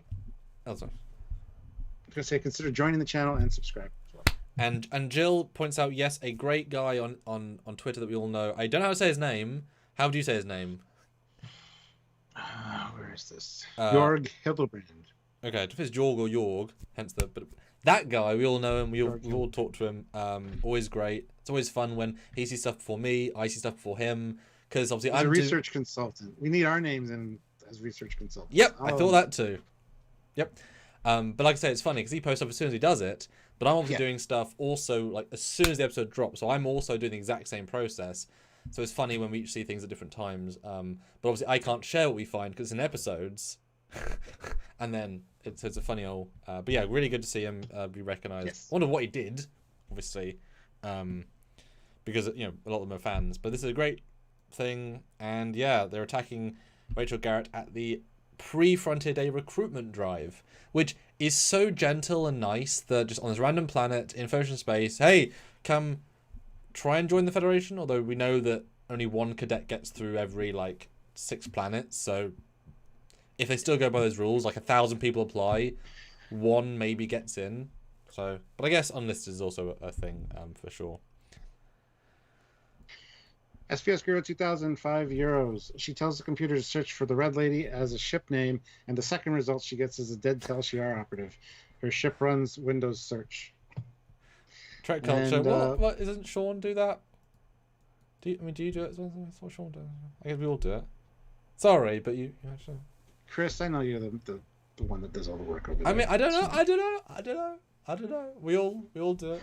But yes. Bradley Thomas, $5. Oh, Kirk took over from Harriman on the Enterprise B. He recognized that he was a living legend.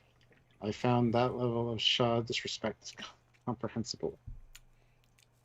It's not comparable. It's not. Shaw doesn't think of himself as a living legend. I think he means Picard should have taken over because he's a living legend. Oh. No, I know what you mean, but Harriman was a fresh captain. Shaw is very not. Harriman was 36. This other guy's got a grey in his beard. He's in his 50s, late 40s, 50s. And Kirk was still... He was an Admiral in Enterprise 6 months ago. And had been on that ship for a decade. Picard has not been on a ship... I get what you mean, but there is a difference parallel. And clearly, Kirk is... He'll grab the helm. Speaking of grabbing the helm, Stuart, this is obviously a real shot. They've added digital stuff to. Really good. You really can't tell. And it's a lot of digital stuff, I'm sure, added, but it's really good.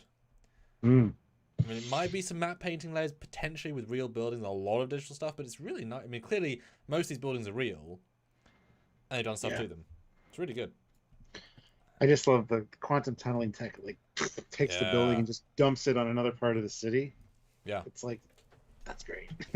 And also... And as we made the joke, you made the joke. Should have seen the head of the Garrett statue in the rubble with a big piece of shrapnel embedded in its forehead. Which planet is this, says Dave L? We think it's Metalis Prime. Yeah. Because she was in District 6. Yep. This is District 7. It doesn't play that way to my brain, to yours either. But yes. Now, one little thing to note. Clearly they've gone for screens over holograms, which we obviously appreciate. They do show Rafi using them for a second it turns off. A, to save budget, but also we do have this thing, but we're going to stick with screens. So I small note, but I think that was intentional for sure. For sure. I keep saying sure. But yeah, this effect is great. I definitely is not what I thought was happening in the trailer. Why would I know it was an interdimension, into time or whatever portal? But it's nice. It definitely does just vibe Portal from Portal, or as we talked about in our other review, the giant tentacle aliens from the other universe, other time, whatever, in season 1. I think this might based on scans from them. It's been 4 years. That could happen. I'm fine with that. But yeah, when I saw the portal open in the air, I'm like, please no. Please don't be the tentacle people. Yeah, not literally them, but close. But I got reamed out by this by some guy on YouTube. How, guys, you always complain about end of the world devices in every season. Why are you giving us a clean bill of health? Why are you okaying this? Thoughts? Well, if this is the scale that it can cause damage, it's not a galaxy. Yes, it's a massive weapon as far as terrorist acts go, but it's not going to swallow a whole planet and dump the planet in another galaxy or something. Like, wow, I can't believe somebody said that. Yeah, I agree. I love the simplicity of this. Yes, it's a big space, but it's just a portal. It's really simple. Now, fucking deadly. You aim it at the right place, but you throw a warp core, you eject a warp core in the atmosphere. Even a runabout warp core, it would do a bigger bomb, right? These aren't hard things to do. This is a statement of intent and innocence they're killing, because they're killing young people, hopefuls. It'll come as a massacre, and dumping on. It's a really good thematic moment. That's Mr. Really Loco simple. makes a good point, though. Yeah, we don't know how big it can be. We don't know how big it can be expanded to. Yes, so it was very. This could be like the test version, which is like the Zindi weapon that first hit Florida, testing it. Yeah. The next one's going to be bigger. Yeah. No, that's fair. That's fair. I mean, it was very precise the size of the base, so that would imply it was targeted. Yeah, very fair. But I like, it's really simple, and you sort of feel, unfortunately, the innocent people in the buildings getting crushed by this debris. Like, it has a certain weight to it, literally, and the fact that it's clearly a real plate they've put stuff onto gives it a nice vibe. Yeah, it's not fun, but it's good. Oh, and then the next shot, again, beautiful nebula, beautiful shuttle, really nice, just pretty. Just want to take this time to say that Rafi did overact there. Again, SPS Guru 2000, €5. Good to know that even aliens use good old trains. Yeah, there is a train yard beside the thing. That's cool. Yeah. But it's a random alien planet. It's allowed to be chilling out with space cars. And to be fair, trains would be developed in many different cultures because it's just... It's fine. And Cody says, as far as damage goes, a few tornadoes to the planet could be just as much damage. Yeah. Mm-hmm. Well, a warp core would not destroy the entire planet. No. It could, depending on the atmosphere. Well, but then it's the reaction to the atmosphere is causing the damage, not the warp core itself. That's true. Yeah. But that was the catalyst, so yes. Reason, so.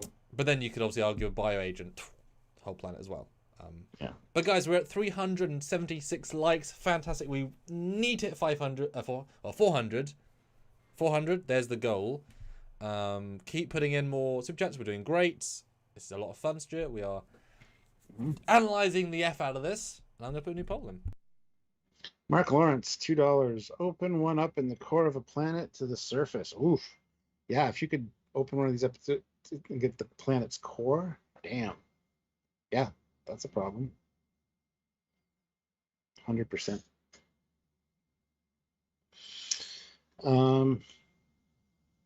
Yeah.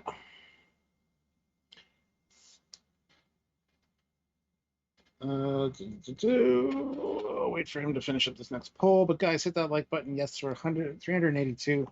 We're so close to 400 likes. That would be amazing to get. We're 17 likes away right now because it just went to 383. So, and consider, yes, joining the channel, at least subscribing, clicking the notification bell icon to all. And the new poll is up, so go vote on that. Is this new weapon powerful? Too powerful. Good level of power. Another super weapon, or simply simpler than I was expecting. Mm-hmm. Yeah. Mm-hmm. Again, we don't know the limits of it, though, the capabilities. Yeah. And Aeon throws in $10. Oh, beautiful. I'm so hyped for this season. The score was amazing. The tone, acting, writing, all A+. The Titan A has won me over last night. Great ship. Love Picard Season 3, Episode 1. 9 out of 10. Oh, yeah, I forgot we had to rank this shit at the end of this. Oh, it's been a while since we've done these. And that feels like a great time to mention music. Gold Star, pat on the back, here's a cookie. I mean, what did you note specifically that made you go, wow? What grabbed you? I have a specific moment that grabbed me.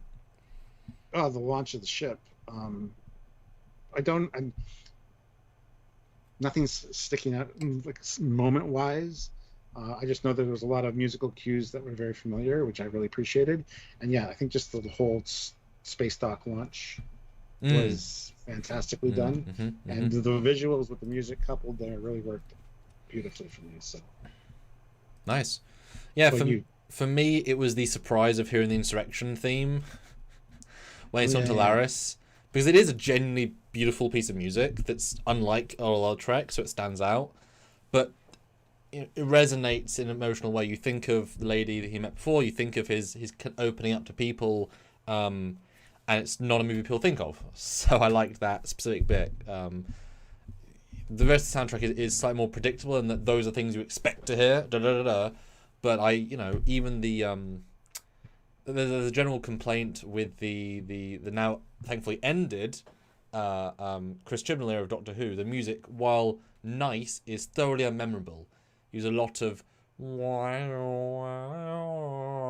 just tones, which not in itself is bad. Just the music in Doctor Who was incredibly memorable before, with some really just incredible sounds, and for 3 years it was entirely unmemorable. So not to say Picard isn't unmemorable, but the soundtrack for the most part is just stuff happening. This score, even I felt some of the incidental stuff was like, oh, I could use that. That's nice. That has a vibe to it that I like. Different approach. I think it works slightly better. Not to say there's not some good music in previous episodes, but I think overall the composer was more plugged in. Does that make sense? Yes. Yeah. Hold on. Sorry, I think these things through when I have these. Text Trek, $10. Hey, good to see you. Great to have new Trek on to talk about after a 6 weeks break. Looking forward to Trekyards coverage of season 3. We are having a deep dive discussion on this premiere episode of Text Trek in 2 hours. I was going to say you should go watch Text Trek. They got really great people and really great discussions. But since you're shilling it in a super chat, I don't know if I should. Well, you should. No, you should double. Cheap. I was gonna mention anyway that you guys were great. You don't have to put that in. You just have to comment, and then I'll say, yeah, check out Text Trek. That said, if you super chat again with even more personal compliments, he has to say it. So if you tell him to say it's the best podcast review in the world, he would have to. There's a dangerous power there. But yeah, go check out. Those guys are great, and it's nice. Obviously, just after ours, so you get detailed review, and then there's entirely different review because they have different thoughts, which I love. Yeah. Yeah, Stephen Barton. Moderator chat. Fantastic. T. Louise Allen throwing in $10. 10. Amazing. I'm excited for the upcoming season. The Titan was sexy, and the banter with Picard and Riker is awesome. Yeah, and Jill says, Samuel, I think the Titan theme sounds something like Joel Goldsmith would write for Stargate. A compliment. Yeah, I would not want to be a composer where everything's been done. Make something original. It's like, oh god, make a theme. An iconic theme. It's, oh my goodness. Like, Titans is good. It's not the most best thing ever, but boy, with the breadth of things in the universe, right? So I give him credit. It's a good theme. I mean, our music composer did some. That's what we're using for these intro and outro for this week. Next week, different music. This week, this music. You hit 400 likes. Hey! That's awesome. Excellent. So yeah, great little scene. Having fun. Yes, the adventure continues with the team. The ship is not doing so well. Lots of... I like this. I like what they say here, though. We spend one half of our life chasing this, the other half missing the chase. Yeah. So you're never happy because you're always chasing, you want more, and then when you're not chasing it, you want to go back to it. So you're never satisfied. So what I'm hearing is what Kirk said. Never let them promote you. Keep the chair, Exactly. But also, I can imagine this links to Riker being, on Nepenthe for years, trying to save his child, who then dies, and then being sad as a family for years, and then, that's not... he was super away from this, with nature. This is really radical back again. I can imagine he missed it, and this is like, An Aeon, $10. I also love Seven in the big chair. How far she has come since Voyager. Her being mentioned by 2 great captains. Picard's right. She's going to make a great captain one day. I want her story to continue. Yes. And I fucking hope Janeway comes... I know she's not this season. They've said that. They could be lying. But if you do a Janeway series, swap from Picard to Janeway to come in as a legacy mentor. Oh, that'd be electric. Admiral Janeway and Seven. Oh, and you have two shows, Prodigy. Be great. Ensign Jill 47, who has changed her name at my request, puts in $2 and says Tech Trek is the greatest Trek podcast in the world, which explains a lot why she's been over there for years now and hasn't been following at our lives for a long time. We understand, Jill. It's fine. It's fine. But that's now canon. You've now said that as Super Chat canon. So, yes. Vanilla Pot. His thing, the first contact music has to mean something story-wise. Oh, the Borg are gonna come in. I mean, not like necessarily actively, but the Shaw Borg stuff, the Seven Borg stuff, mentioning Locutus offhand. They're getting us primed for some level of Borg something. Might be tiny, but something. Maybe we need to steal some tech or something from the artifact to reuse an asset. Would be my potential assumption. Yeah. So yeah, they go to the Helios. It is banged up. Really not good. Which I like. Helios. Thank you. I always say Helios. Like Sorry. Helios. Also, did you know Picard's piloting now? They swap seats. It's very subtle, but I like he's kind of more go-getter all of a sudden. I like that. Yeah. Because he's not going to crash into anything. He's not going to space dock. He could just fly in open space. I like that. It's nice. He's piloting. Because he was a pilot. That was his big thing. He's a very good pilot. And then you get some very nice CG shots here of it going up to the... I mean, it's one shot, but it's great because it tells you the scale. It's such a small ship. I love it. And for it to come in, slide down, and then slide back to dock in. Yeah. That's hell of a piloting. If that was him doing it manually, that's a very precise pilot. Probably not manual. It's probably automated, that system. Let's give Patrick credit. Picard did it. No, it's automated. Unplugged throws in $10 and says Metalis has ingeniously worked around that Kurtzman Trek rule of being 25% different because it is actually moving the Trek universe forward in the future post TNG. It's not a reboot or a prequel. Yes, and congratulations, Unplugged, for the first super chat. That is awesome. Thank you so much. And just for the record, that 25% stopped being a thing as soon as the licenses merged. That was only a concern when some own some licenses, some own the other. That's not been a thing for 3 years. That's why Prodigy can use everything and Picard Season 2 could use everything. So just, yeah. Thanks, Alex. Good to see you. Yeah. Mr. DeFritas and Mr. Krenin, please drop it.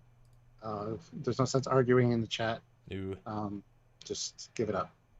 If we're not here for that sort of stuff, just here. Show conversation. Yeah. Talking about a goddamn Star Trek show, so. Yes. But yeah, I love this shot. It's great. And no silly lens flares, just clean, crisp. The shuttle's a little bit empty, I would say. This wide, I'm like, oh, it's a bit simple, but still good. Still good. I love the whole my hands are sore. Your hands are stiff and my knees are killing me. So as long as we don't have to move or shoot, we'll be fine. But you gotta wonder, why would his golem body be suffering from adrenaline? Oh, well. Yeah.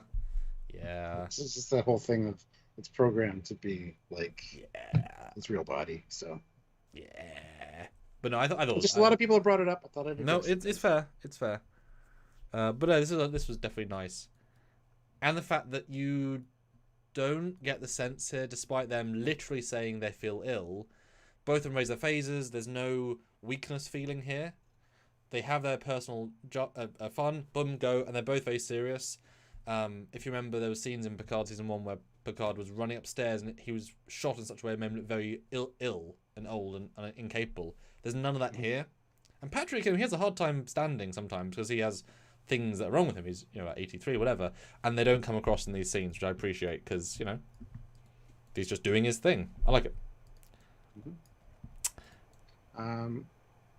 Yeah, so instead in lieu of wine and wine and roses, he gave her a mixtape, which is playing. Yes. And that was great because that certainly implies post Nemesis in the time where they might have tried something, which doubles down on the. So I really like that as well. Another little hint, and I think my favourite line that I sort of didn't quite appreciate the first time round. Aravis, yes, maybe you should. Let's build a version of the Helios. Yes, maybe. I love that Riker says, Captain. Sorry, old habits. I love that. Yeah. Yes. Yeah. Because they haven't actually been on a mission together in this form since the E. Yeah.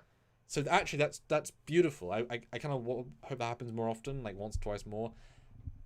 I imagine that Riker, Jonathan Price, that's just a beautiful little line. And he just got back to his old self. Maybe they actually made a mistake. It's supposed to be Admiral. They said Captain just out of habit, and they just went with it. So let's use that. That's good. Take two. Just do that again. Yeah. It's so natural. I just really loved it. Yeah. Soberman throws in $5. I think the producers are obsessed with 25% still. We're only getting 25% lighting. I mean, funny. I mean, oh god. Well, yeah, they either pay for canon things or lighting, so they chose the canon things. Yeah. There's a line here too that speaks to the weapon, the pump action phaser rifle, which I absolutely despise.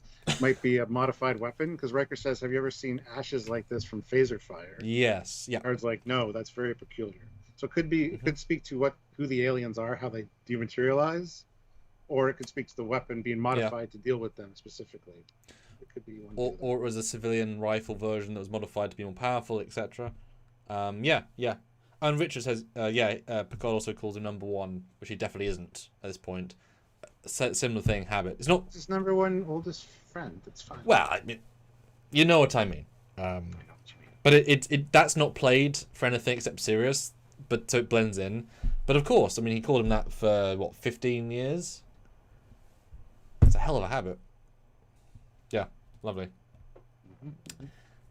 Yes. And the other thing, the way Riker's holding that flashlight, I wish it was one of the palm lights. I wish it was one of the old TNG palm lights. Yeah. Or one of the wrist ones. Yeah. It is very voidery though. I give him credit. It was a good simple art choice. It's not some weird thing. It's just a simple light.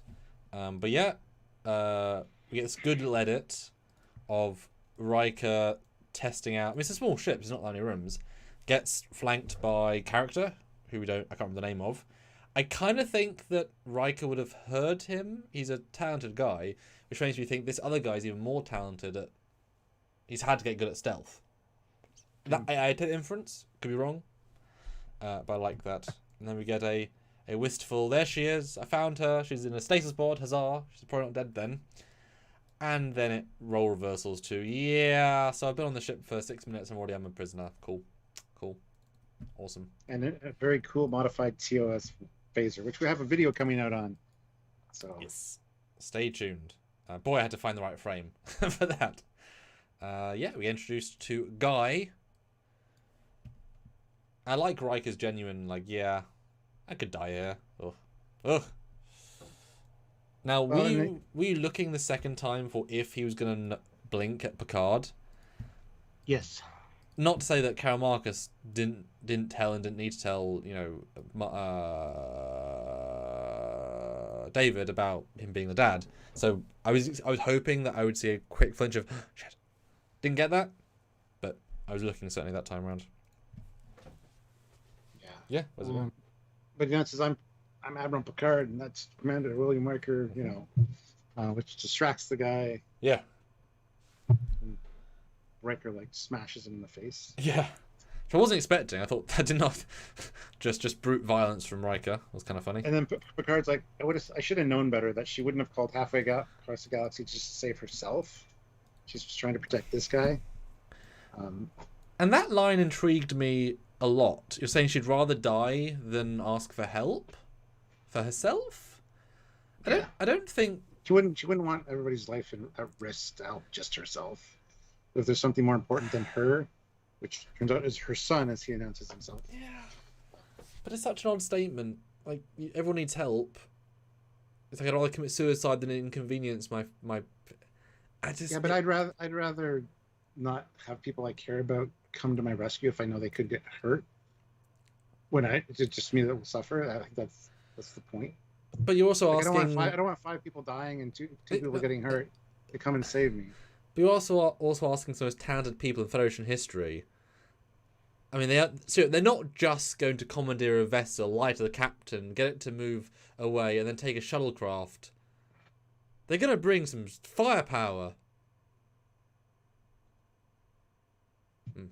I don't know. I just felt it was a bit weird to say she should never ask for help. It's like, she's not that proud, I didn't think. Not it's this important. But yeah, the sun thing definitely works. And did you notice on the Helios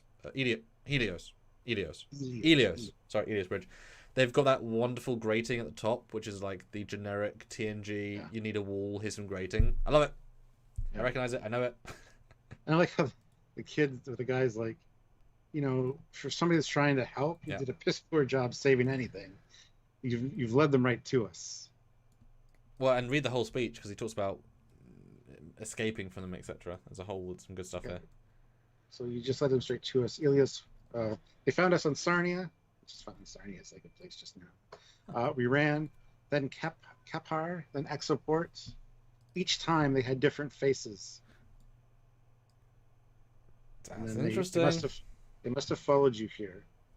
What the hell is going on? We're being hunted. By whom? And then I hated this. You hear the line from the computer, forward blast doors retracting, which I thought was going to be like a view screen. Then you see the outside of the ship and kind of pan over, and it doesn't look like there's a front window in that bridge, but there might be. I don't know why that forward blast doors retracting line is there. Yeah.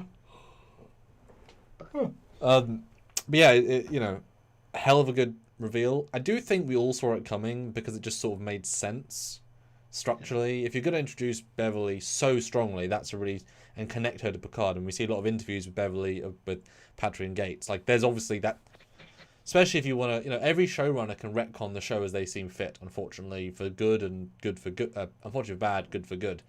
So last season, Picard saying, "Oh, I'm the last of the Picards," is very sad. I would rather not say that. However, if you know you're going to introduce a Picard's, you know, legitimate son, like there's a future there. And Mark, literally, we've talked about that. It could be her husband, Jack Crusher, yes, a clone or whatever. Yes. I don't know why clone is always the option, but we've talked about the possibilities. Yeah, and that was a really good discussion as well, Stuart. We both had some pretty dynamic ideas that would be good for narrative. Yeah, it's funny because you led them straight to us. Each time they have different faces. It seems like the person that was at the bar is related to the person that was on the right. Because Riker and... Well, that's true. They Riker followed you. Here, and they're reporting, so that's... Yeah. So there's bigger conspiracy going on. And that's why they trust nobody. Don't let Starfleet know. Blah, blah, blah. So... They're not Olchani because the producer said they're not. That's really interesting, actually. I like that. Because, yeah, you know, I assumed there was a ship nearby, but if they warped away and evaded them, how would they then be able to find them unless they literally did follow Picard? So I feel like even though you wouldn't be able to decode it, let's be honest, the subspace signal could be tracked.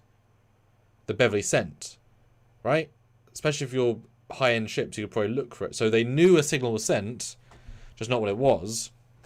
Potentially. Unless Jericho says that would be creepy to clone her husband to be her son.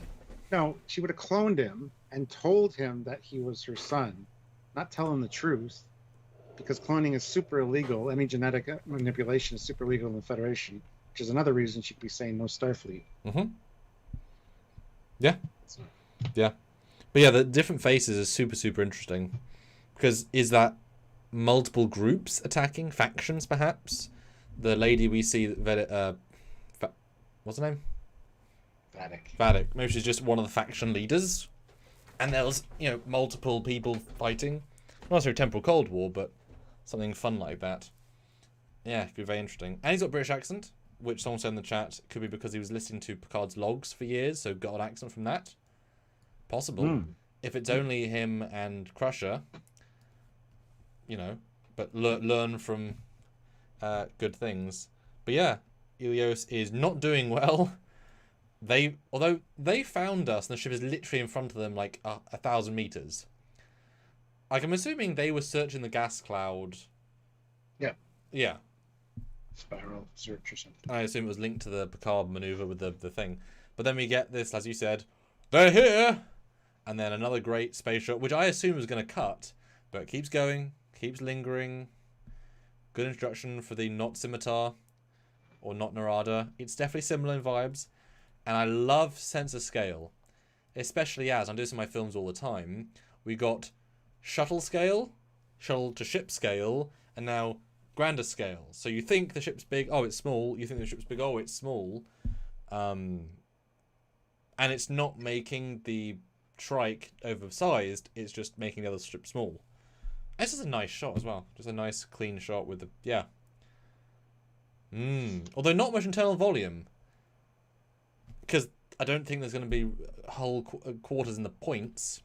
So really, I mean, there's almost no internal volume. It's going to be similar to the Ilios. So actually, I mean, I guess it's just purely a warship attack ship. Interesting. That's it, guys. That's the end of the episode. We'll talk about the scene, the credit scene later in another video separate, because there's a lot to break down in that. So. Yep, more than we've done here somehow, because that's what we do. So now is your time to hit that like button if you haven't. Yes. Super chat in with your last super chat score out of 10. We're going to give our final wrap up, our score, and we want to hear your scores out of 10. So anybody that super chats that, I will read that. If you put it in the regular chat, the commander will read that after we go through ours. So please score it out of 10 for us. And yeah, we'd love another this was $60, $70. I mean, these, you know, we hope for this to be a big live for us to help us, and it has. So thanks for joining up. 3 hours. We hope you guys are proud of us for doing such an in-depth review, because it is only 53 minutes of content, and this was 3 hours of continuous conversation, Stuart. Yep. It's not as if, you know, there's that much we can deduce and discuss. Yeah. Put your scores in, guys. So, Stuart, your final thoughts as the scores come in. I'll do one poll as we close out. So, I end this poll. I asked, is this new weapon powerful, too powerful? The tunnel device. Pretty mixed, but good level of power, 48%. Super weapon, 33%. And simple, I was expecting 19%. Final poll coming. And speaking of my final take on this episode, the final poll coming. It's time for a final super chat where you get to say the final word, final super chat word, whatever your final super chat is. It's like last super chat, slot better, because you get to say what's on your mind, and that's the last one. So do that in now, plus your scores as well. All right, 266 you hear, that's awesome. My final thoughts on this episode, I absolutely loved it. There were a few things that bothered me, like the pump action phaser, as we talked about, the dark lighting, small little things. But it's head and shoulders better than anything in season 1 or 2. I mean, season 2 started off with a really great first episode. I wouldn't say that necessarily. Excited. I think I prefer episode 1 of season 2 because it's a more rounded story. But this, I think, as a 2-part will be better. Yeah. I'm just saying that because that was very exciting. I'm just saying my thoughts, not your thoughts. Sorry, just we said that. Say that when you get to your thoughts. Okay, sorry. So I absolutely loved it. As a kind of a reset to Picard, it's fantastic. This should have been season 1 in my opinion, but anyway, going from that, I'm just looking forward to. I've heard a lot of good things. Hope they just keep every episode is just good consistently, and we don't have a fallback like we had in season 2 where it just dipped so much in the middle. I don't think that's going to happen. I think it's going to be a fantastic season and a good send off for the TNG crew. But overall, this episode had some questions come up, some cool characters get introduced. I did like Shaw, even though he's kind of an asshole. And seeing the return to the classic Starship footage was amazing. Love that. There's a lot to like here. Yeah, definitely questions being answered. What's up with Beverly? Who are these people? Who is this kid? So it's got you hooked for the next one. It's doing its job in that regard. So honestly, for score wise, for this season is, I don't know. We're doing this season and all of the cards. I mean, that's gonna be important. Yeah, that's gonna be important. Jesus Christ! Okay. All right, this season. Okay, give me a couple. Think for a second. I just need to do my. I was so busy doing the actual review, I didn't do the actual thing. Give me 1 second. Oh yeah. A lot of people are super chatting in with their scores and putting them in the regular chat. So thank you so much, guys. That is awesome. Hit like. We're at 427. How high can we get like-wise? Ooh. If you look at your like button and you haven't hit the like button, please like it or hit it so we can see how high we can get. We got a bunch of new members this live as well. So you are ensigns in our Trekyards fleet, which means at the end of edited videos, you will see which ship you're serving on. You can kind of build a sense of camaraderie with the other people in our chats as a result. We have a Discord server, which the information is in the membership links.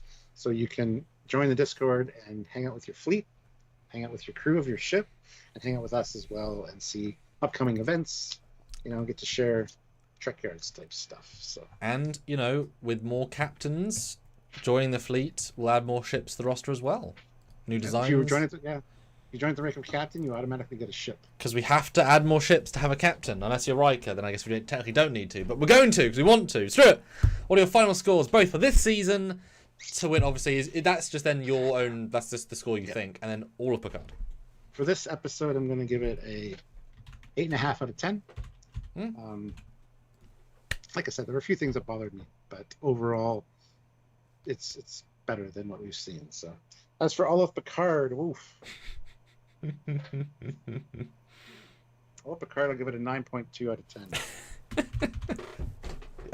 Because you're right. Some of the season 2 stuff was pretty good and up there, but most of season 1 and season 2, lower dregs. Yeah, there's 2 highlights, one of each season, and those are still pretty high for different reasons. So you can't just throw them away. Awesome, and obviously vote in the poll. Stuart, what's the poll as well? Oh, the poll is vote now. Vote. Are you more or less excited for episode 2 after seeing episode 1? More excited, less excited, the same, honestly. Let us know. And $35 more would be a beautiful way to end this live as well. We're so close to a great number. Helps out tremendously, as well as joining the channel. So my final thoughts. It's funny, finishing the episode, I was left thinking, I have not said this yet with you, there's not much wrong with it. There's so little to complain about and to mention in a bad way, which is not how that most episodes have been. There's always something going on, or I don't quite agree with that, or whatever. It's so solid that it's damn refreshing. And even going into each scene, there's little things, and I mean little things, that most of them is probably a choice versus a mistake, right? Like the phaser rifle, there's a choice there. That me as a filmmaker, I get it, right? I understand the need to whatever. The script is good, the characters are on point, it's a build, it's not its own standalone episode, although it has a distinct flow, which I appreciate. The cliffhangerness is great, and it speaks to, we've just almost the prologue, as you said, we've got to reset, and so let's go, right? And I think next episode, now we've established Seven, Shaw, Titan, Picard, boom, we can go straight in. It's going to be really, really exciting and interesting and engaging. I think LaForge, great job with a few lines. Shaw, good what we've given. Titan, still, Stargazer Bridge, if only they hadn't have shown that as the Stargazer Bridge, it would have worked better. Like, knowing it was more this than that, fine. Too dark, obviously, but we've said that already. I've had to brighten everything just to see. But Riker is on point. Space Siege is fantastic. The use of old props has been beautiful. Integrating old and new, great balance. And it was better second time watching because you knew the payoff at the end. So, yeah, really strong. Compared to both seasons, I mean, it's definitely stronger than almost everything. By absolute mile, and I think this season, obviously, just enjoyment factor. There was something you said as well in our first review that you were expecting something else, so you were a little bit disappointed. There was nothing in this that wowed me like season 2, episode 1 did. There was a few things that grabbed me so strong in that. This didn't have those cherry on top moments, but it had so much good steak that was well seasoned, whatever. So I'm happy to give both an equal score for this season, all of the season, at a 9 for both. I think it's top tier, but doesn't quite secret sauce its way to anything higher than a 9. Was it blue steak? Yeah. Though? Oh yeah, it's tasty. Yeah. So not the secret sauce he was dipping it in. Yes. It wasn't enough of that. Yeah. So yeah, 9 for both. Yeah, which is a hell of a start to a season. If it only gets better as well. Then you might end up getting for us like 9.36 just to kind of differentiate. We'll see. Good job. Good job, guys. All right, Super Chat scores for you, Stuart. Next Super Chat goal is $50. That would also be a very, very, very good number. No pressure, just if you guys want to put in. Go for it, Stuart. All right. Let's see. Where are we here? Soberman throws in $5. I think the producers are obsessed. Oh, I read that one already. Never mind. Sorry.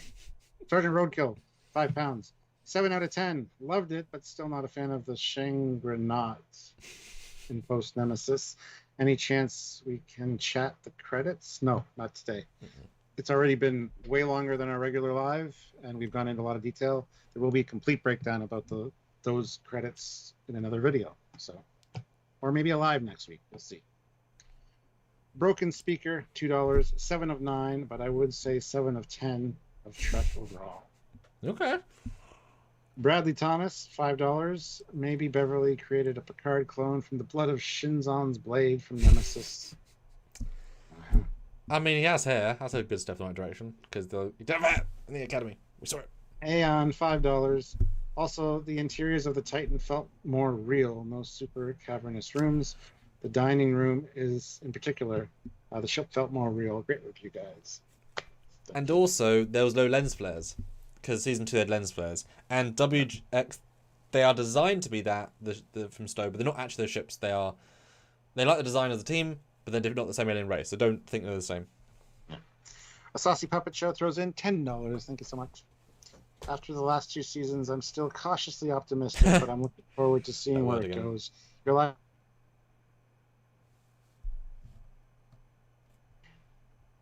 Thank you. I hope you heard that, because it looked like a pause there. Brian Denham throws in $20, and this is his first super chat, so thank you so much, Brian. That's a hell of a way to say hello. Thank you so much. Appreciate it. It says, I spit my last breath at thee. All right. I spit my last breath at thee. And Jill said, in a non-spitting way, second best episode of the series for me. What was your first best? I'm interested. Okay, non-super chat scores, then let's go through these. Are you ready, Stuart? I'm more than ready. 7.5, 8, 8, 7 to 8, 9, 8, 8, 8, 7, 9, 8, 9, 9.2, 8, 21, 7, 9, 9, 9, 8, minus 1, 8, 9, 9.5, 9, 7, 9.999, 9.5, 9.5, 6, 10, 9.975 from Oliver, 10 out of 10, 9, 9 point, many nines, 10 from Ozzy, and of course 10 from Donny, of course, or 11 maybe, 9.5, 8.5, 10 for us, oh, and 8 for the episode, 10, 8, 10, 8, 8, 9, 9.99, that's a lot, 9, 8.9, 8.5, 9, any new ones that have come in, 7 and 9. And Jill says there was a long pause, we didn't hear it, so I'll reread Saucy Puppet Show's super chat of $10. After the last 2 seasons, I'm still cautiously optimistic, but I'm looking forward to seeing where it goes. Your live's breakdowns will make it worth it regardless. Thank you very much. We really appreciate that, Saucy Puppet Show. So. Now, normally, Stuart, we give lower scores on the chat. They're normally more positive because we're more critical. That's quite surprising. I mean, you're about on point, but I gave a 9. I'm kind of all 8s in that chat. So, There's a lot more scores that came in too. We got 8, 9.975, 9.7, 9.5, 8, 8 quadrillion, 8.888 repeating, 9, 9.99, 9. Damn, you guys are, good scores. I do have my favourite Rafi, Stuart. I've had like 16 years, long time, because no one has ones. No one has ones as good. And you've held it before, haven't you? I think when you were here. I think so. The really heavy one. It's like solid. Remember. It sounds hollow because this bit's hollow, but it's solid resonance. Not I held it once for a convention for an entire day. It's very heavy. Yeah. And Ian Mooney, only 6 more likes get to 450. Yes. Oh. So give us a like if you haven't already. I mean, Bradley do I have to Thomas tell you what is happened if you 8. don't like? Yes. And who'll be the final super chat slot, of course, as we close out in the last minute or 2. Right now it's Brian Denham. That's a hell of a good one as well. That's a good super chat last word there. So. And Stuart, it's lovely to see 150 votes in 11 minutes on a poll. Yes. That's lovely. So I asked you all, are you more or less excited for the next episode after this first episode? Stonking victory of 81% more excited, 5% less excited, and 15% the same, honestly. Hella good scores. hella good stores. Well done, you guys. And Ensign Jill 47 says, I've seen it 5 times. Wow. Next watch will focus on music. I've seen it that amount of times as well. I'm excited for the soundtrack. I'm always excited for soundtracks, but this one especially so. There's promising to be out soon in multiple formats. Because there's many spoilers in the soundtrack, Yes. which there always is. They've spoiled many a film. It's like when they released the Star Wars toys, and it says who's the character name is. It's like, oh my god, they're playing this, so they're this, huh? Yeah. Because they've got to be truthful on the products. All right, guys, thank you so much for watching. This has been a fantastic live. Love the numbers of people that were here. Next time. Hopefully, you guys are subscribed, and you'll be back for more because we do these every week, every Friday, and we have multiple other content throughout the week. So yeah. And we're going to do at least 3, if not 4 lives next week doing small topics. And believe it or not, we will not have talked about all the same stuff in the small videos or this big live. We find new things to talk about. They're all genuinely very interesting with you guys' interaction as well. So join in, say hi. And yeah, thanks for starting this journey with us. Come back next week. Yeah, so until next time, he is Commander Calkins. He is Captain Foley.